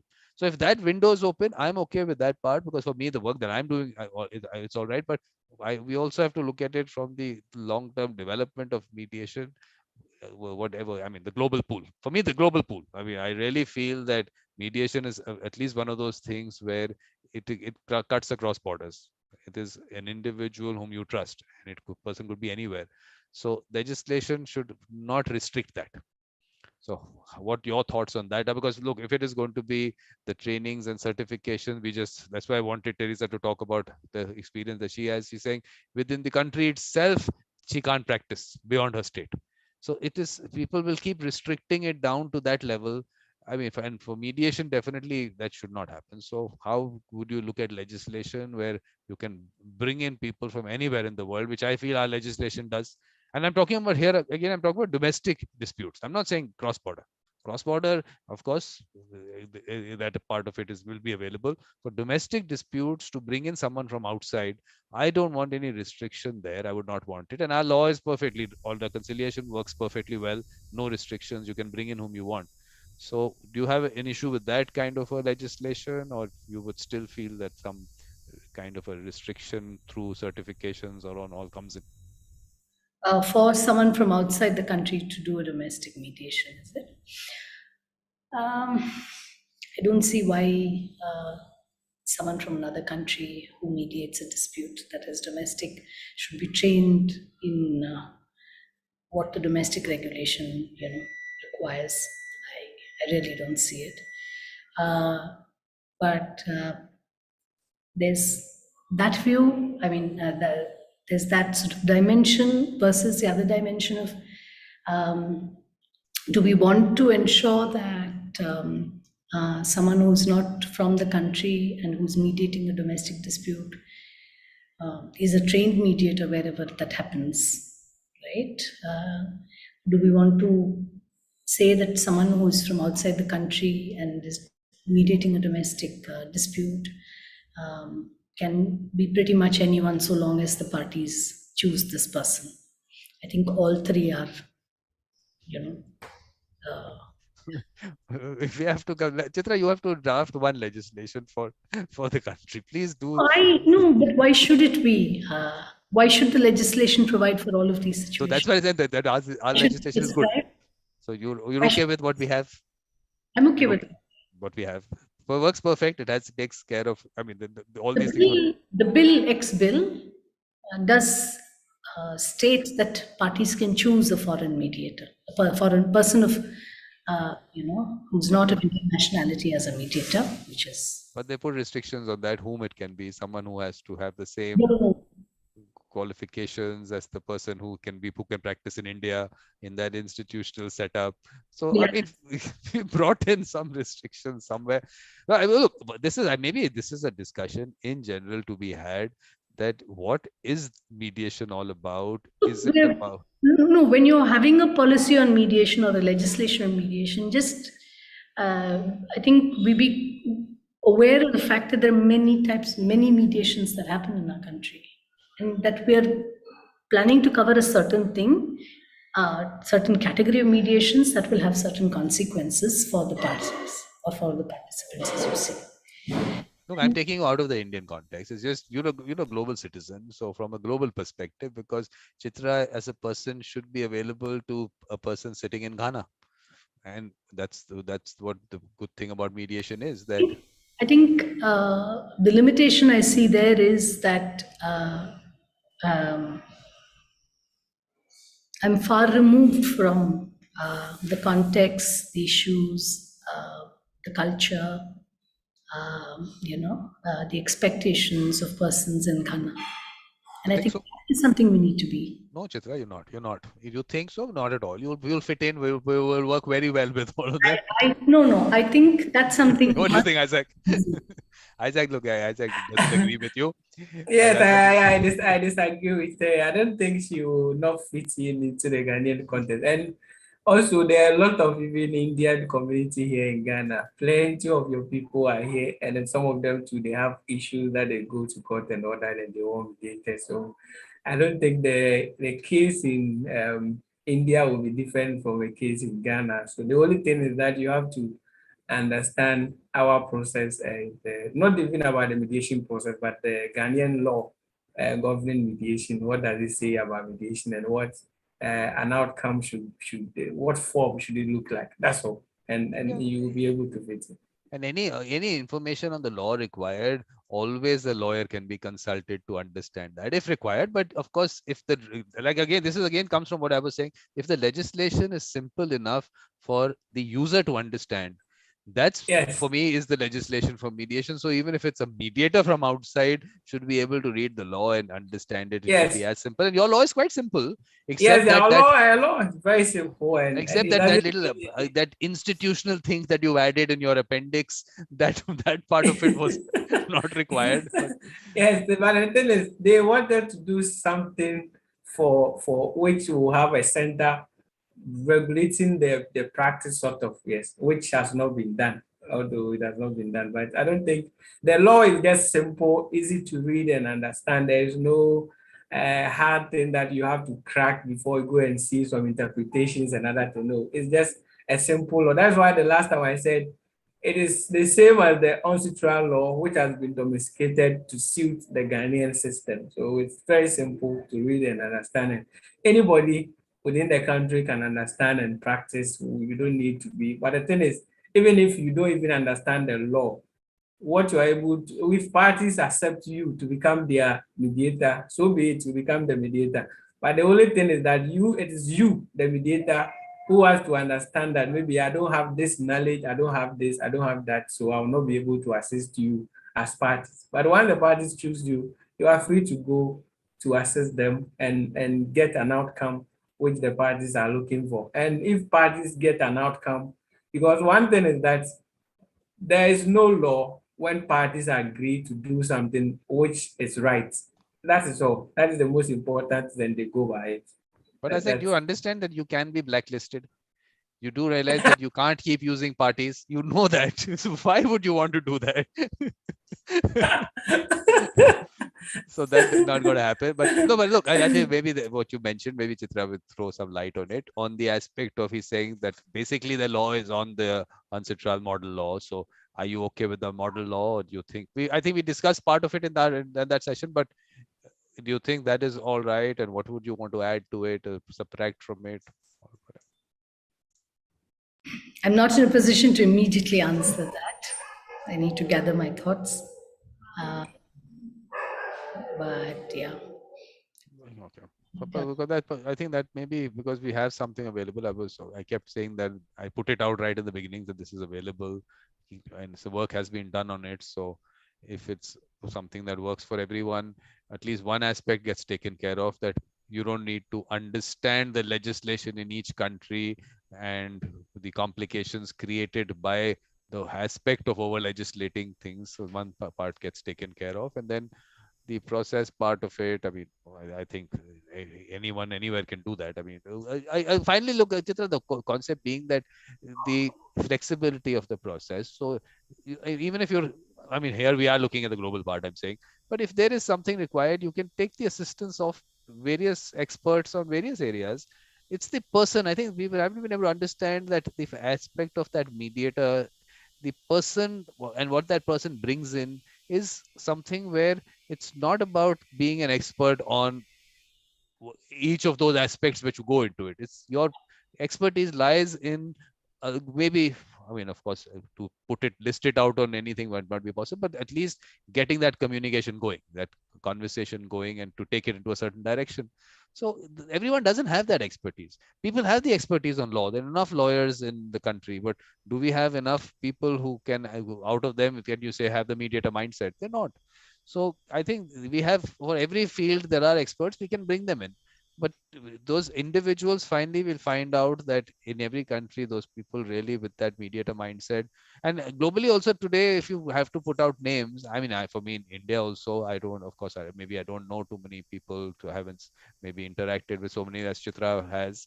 But how many people would you really put as a pool today, which you are comfortable with as a pool in India of mediators whom you can say have that mediator mindset? How many would you put to? I see two limitations in answering it, and I will answer subject to these two limitations. The first is I don't know too many mediators, and second, I don't know how they mediate. Right? So I'm just saying this of interactions with people, 100. That's I think that's where the numbers here are so huge, and still if you really have to identify them, you won't find so many numbers. So those people, I think, will have to be involved, not just in, I mean, the way I look at, the way I was looking at it, and that's why even legislation should not come in the ways that creating this world mediation circle means creating circles in every community. Yes, Chitra, you were saying something. Yeah, but How do you even say who's a good mediator? We all work in Exactly. our silos, right? Yeah, finally is It's that. out from the good, the good interactions I've had with mediator friends. Yeah, well, that's what it is. When you meet yeah, someone, you know who has that mindset. I mean, I might be completely off, but it might be nice talking to me. but Vikram, she said something that she cannot give specific numbers because of how they are conducting their mediator. But I want to ask, is it necessary about how they are conducting their mediators or the user experience? Are the people getting satisfaction, or do we care about how the process is being conducted? Do we care much about how the process is being conducted, or the user experience and the satisfaction that the people are getting? Finally, Isaac, it comes back to I that don't even know. form. But Isaac, you weren't here, Chitra, before that. Isaac actually 2 years back created a form for that symposium of mine, mediation in our culture and traditions, where the idea was to let's ask people. So he wanted to ask people about those people who have that mindset. In a way, I mean, in his questions that he had today also, he of course has not said, maybe I don't know how many forms went out, how many people, what feedback they got, but this is what I want people to do, that the user experience is what we're talking about, and user experience is already there. It's not something that the formal system has to create. Those experiences are there, those people are there. Let's just bring them out, and one aspect of the entire process is done. User experience guaranteed, tick mark. Beyond that, whatever needs to be done are the easy parts. Everything else in terms of content that you want to, for skill development, you want to give, easiest thing to put out, which I'm putting together a whole skill development project, which all of you have to be part of. Everyone puts in. I mean, I'm trying to figure out a way that everyone maybe should earn money out of it. All the mediators should have something that they create, as everything should not be free. Whether that can happen or not, I'm not such a monetization person, but I want to figure something out that people can directly send it. I thought it will be a gifting culture. You like what Chitra, whatever you heard, send her a gift.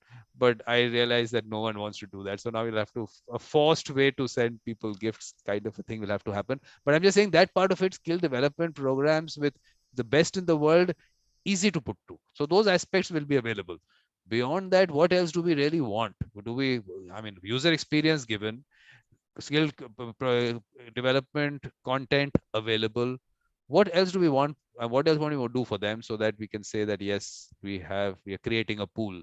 What else do you want to do? What are the other steps to be taken? Chitra?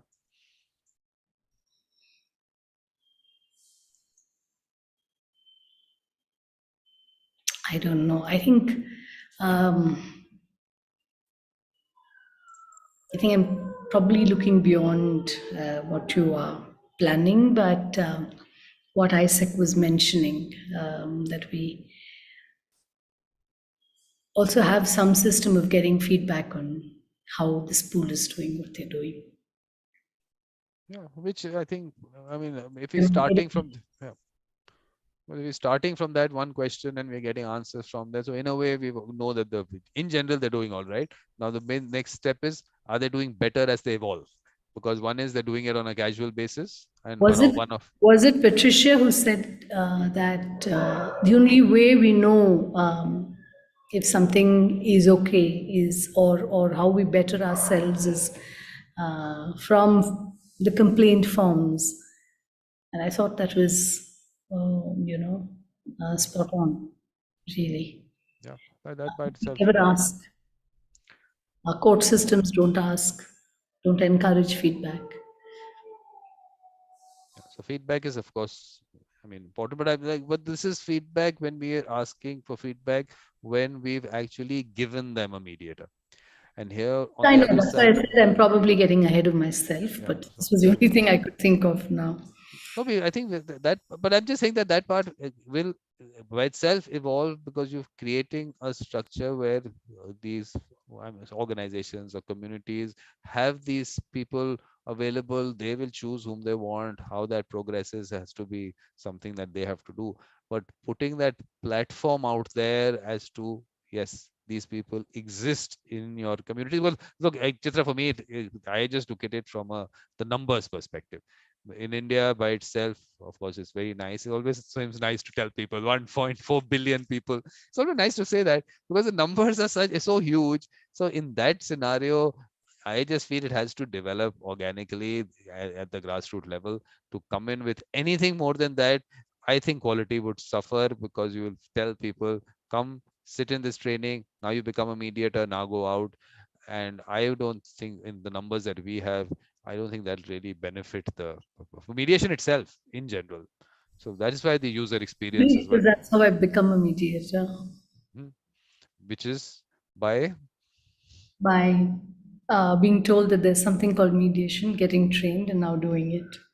And I'm on the other side. I said, I would like to do this. I will go out and tell people, come mediate without any training, without any certification. I did that.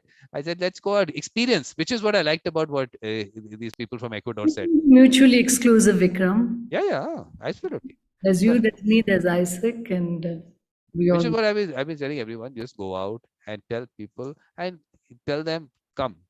let's mediate. Let's just try it, whatever way you do it, in terms of, look, finally, if it's about working out a fee part of it, lots of options are there available. You can always work something out. That's a different thing. But main thing is for them to try. So that is where, again, I'll go back to these mediation circles. These young people get in touch with me, shadowing and all that. I said, why? Just go out into your communities, into your families, ask them, is there a dispute? Come, you can work with me, or I'll get a senior mediator.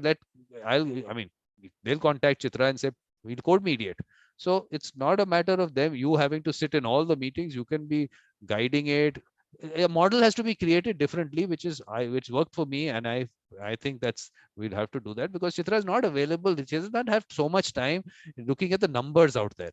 So if she has 1,000 of these mediators out there who are actually doing a certain part of it and come to you, you'll be doing, I will imagine how many mediations you'll be able to successfully do. Successfully or not, okay, that's another thing. Successful, what is successful? That's another thing. But you'll be able to be part of, and so many, and they need your guidance. They need you to be part of those. So I'm saying the numbers that way we'll be able to get with a fewer people. And we won't finally, if you look at it, we won't find so many people as we think we can find. Because even if you talk about, of course, I'll go back to villages. You talk about village, they'll say, okay, in our village there is someone, or in maybe a couple of villages they can identify a couple of people. It's not that there are so many people out there who have that mindset, who are actually doing it within communities or families and all. So numbers will not be so huge. So anyway, so I think this part of it, I think I'll be saying the same things which I keep saying. For me, but important thing is legislation should not come in the way to develop that. But anything else, Chitra, kind of concluding remarks or whatever?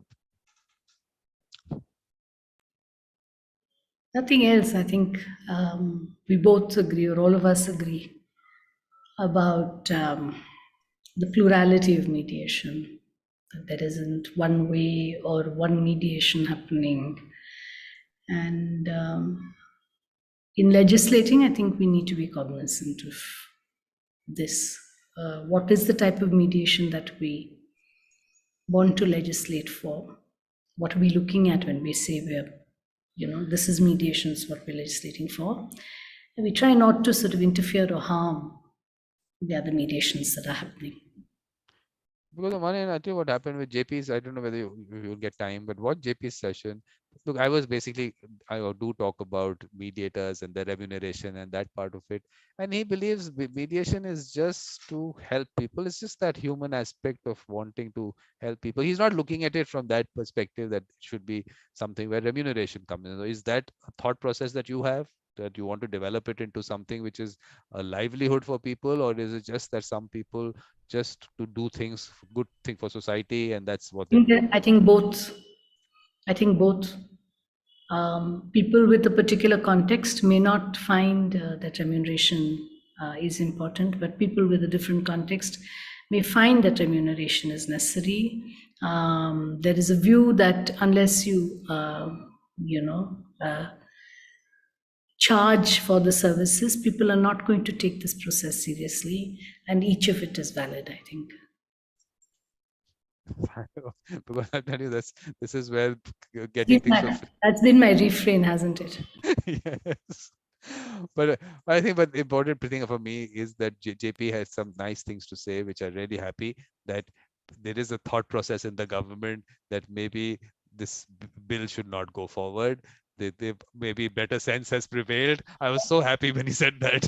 I heard that we were in a conference where I was moderating his session, and he said that, and I wasn't aware of this at all. I was so happy. I said better sense has prevailed, and now this is not going to go into that whole complex structure, because I don't know whether Isaac is, obviously you haven't looked at it. One bill was put into parliament, which was the most complicated piece of legislation for mediation anywhere in the world. No one in the world has seen legislation like that for mediation. Let's pick up from everywhere and put it together. It's all stitched up together, but luckily not passed. So X-bill. So Isaac, any concluding kind of thing that you want to? Okay, thank you. In concluding, I want to say a big thank you to you for the opportunity to bring all these wonderful people together and to share their experiences and knowledge on mediation and development of mediation around the world. I'll say a big thank you to you and continue with your good job. And to conclude, I'll say that when it comes to mediation legislation or what to do and how to do it and all that, we should be thinking of the user who is going to use what we want to legislate and whether or not the users understand what we are legislating for them. So that is where the more emphasis should be put, and we must ensure that the people that we are doing the work for understand what we are doing for them, and we are taking their concerns into consideration, and the thing that we are doing will be beneficial to them. Especially, we shouldn't look at the money aspect of it, but we should look at those within the small communities who are still using this system. We shouldn't hinder them from continuing to use the mediation process that they used to enjoy in their community that they don't even know that it's mediation. So that's all that I would say. Thank you very much. But you people have to indulge me for 1 minute, was what I normally put up in the beginning of my session, and I need audience because I just haven't been able to talk to myself. I keep saying that I need someone there, but I can't otherwise. So basically, Chitra, this is a new series called Magic in Mediation. There have been 2 episodes of it. 2 more are coming up tomorrow and day after. So of course, what I'm going to be putting out, the symposium ends, but the magic continues. So this is one series which is happening. Of course, there is information about the work, what else is happening, World Mediation Circle and all. It's all there on mediatorvikram.com. But important thing is that the World Mediators Conference is coming up it starts on the 18th of May. So please, you people, anyone else, please participate in it. How that's going to happen, I'll put it out. I'm also considering how it has to happen, because I am also looking at, Chitra, that free might not be the best way to go. That's something which Isaac doesn't value the free that he participates in. Some more other people, it goes to the extent they fix up sessions and they don't land up for the session. I've seen that happening also. So I have to figure that out. I think, well, you people have to help me find a way to do so. There has to create a monetization program also, but still available for people. I haven't been able to figure it out because I just can't restrict the audience. I just can't do Yes, that. I mean, yes, I think, Vikram, you have a lot of resources that you can monetize within your platform, but I think you are looking more on the humanitarian side, and I really appreciate the opportunity that you are giving out there. But there are lots you can do when I it know a comes to lot of people monetize. tell me that look, all Yes, you're doing, you can yes, monetize it in yes. a huge way. Everything. It doesn't come. My only issue, I told you, I put 2 years back, I put it on my website. What I have to hear from my wife and daughter. Why don't you do your work instead? Yeah, because imagine Vikram is hosting Ken Clock for maybe two day seminar on mediation, and a lot of people would like to participate and pay for it. Yeah, so I think you have the resources. We have people within the platform that you I can mean, recently only I was talking to, with Ken on this issue, and this is what I was telling him, that look, the mission on one end and monetization on the other end need to be balanced, because it's easy to do that. Okay, Ken Cloak session, pay so many people, wait tens or hundreds of dollars sometimes to attend these things. Easy thing to do, right? A lot of people do that, but then that becomes another thing that people are doing. I mean, idea you was can that, be doing the two alongside. look at it this way, Isaac. You have benefited from what Ken Cloak has to say, his words of wisdom. Otherwise, you would not have had an opportunity, maybe, to ever listen to him. So that part of it, I don't want to stop that, because we need Isaac to be part of the work that's happening. That we also want him to send. So they can be the 2 sections, one on the other side, the other on the other side. So that's what I have to. These are free, but if you want to participate in this, you pay maybe this small amount. But again, I'll tell you, but again, Isaac, this is of course a balancing thing.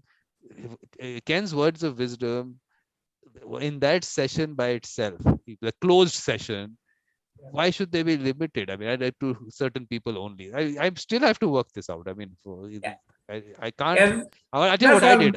I tell you what I did. I said on my website also, I said everywhere, I said, send me a gift. So there is no concept if you can afford, you can't afford, totally available. No one sends it. So even if you can afford it, it's free mediation. I'm telling you, it's free mediation. People can afford it in the court system, but Chitra still does it for free for them. I don't know Yeah. whether Chitra still does it in the court system. I'm just using that your name, Chitra. But I'm just saying there are people who are really experienced, good mediators. They're doing it for free in the court system. They're not, I don't think they're valued. Not for free, it's for a nominal amount, and I do it, and I think it's important. Yeah, that's what I'm saying, that they're doing it for free. So, and they're doing it for free for people who are paying lawyers huge amounts of money to be in that mediation. That's the interesting part. Yes. So that's the balance thing, that how do you do that? So I will find a way. So anyway, please participate. And the skill development project, as I put together, there'll be a whole schedule, and I'm planning that out. So let me do that. So thank you very much, both of you, Vikram. to be part of this event, and of course, Thank you. otherwise. And we have to record the magic in mediation with you people. We'll do that as we go along. Thank you very much. Thank See you. Bye. Okay.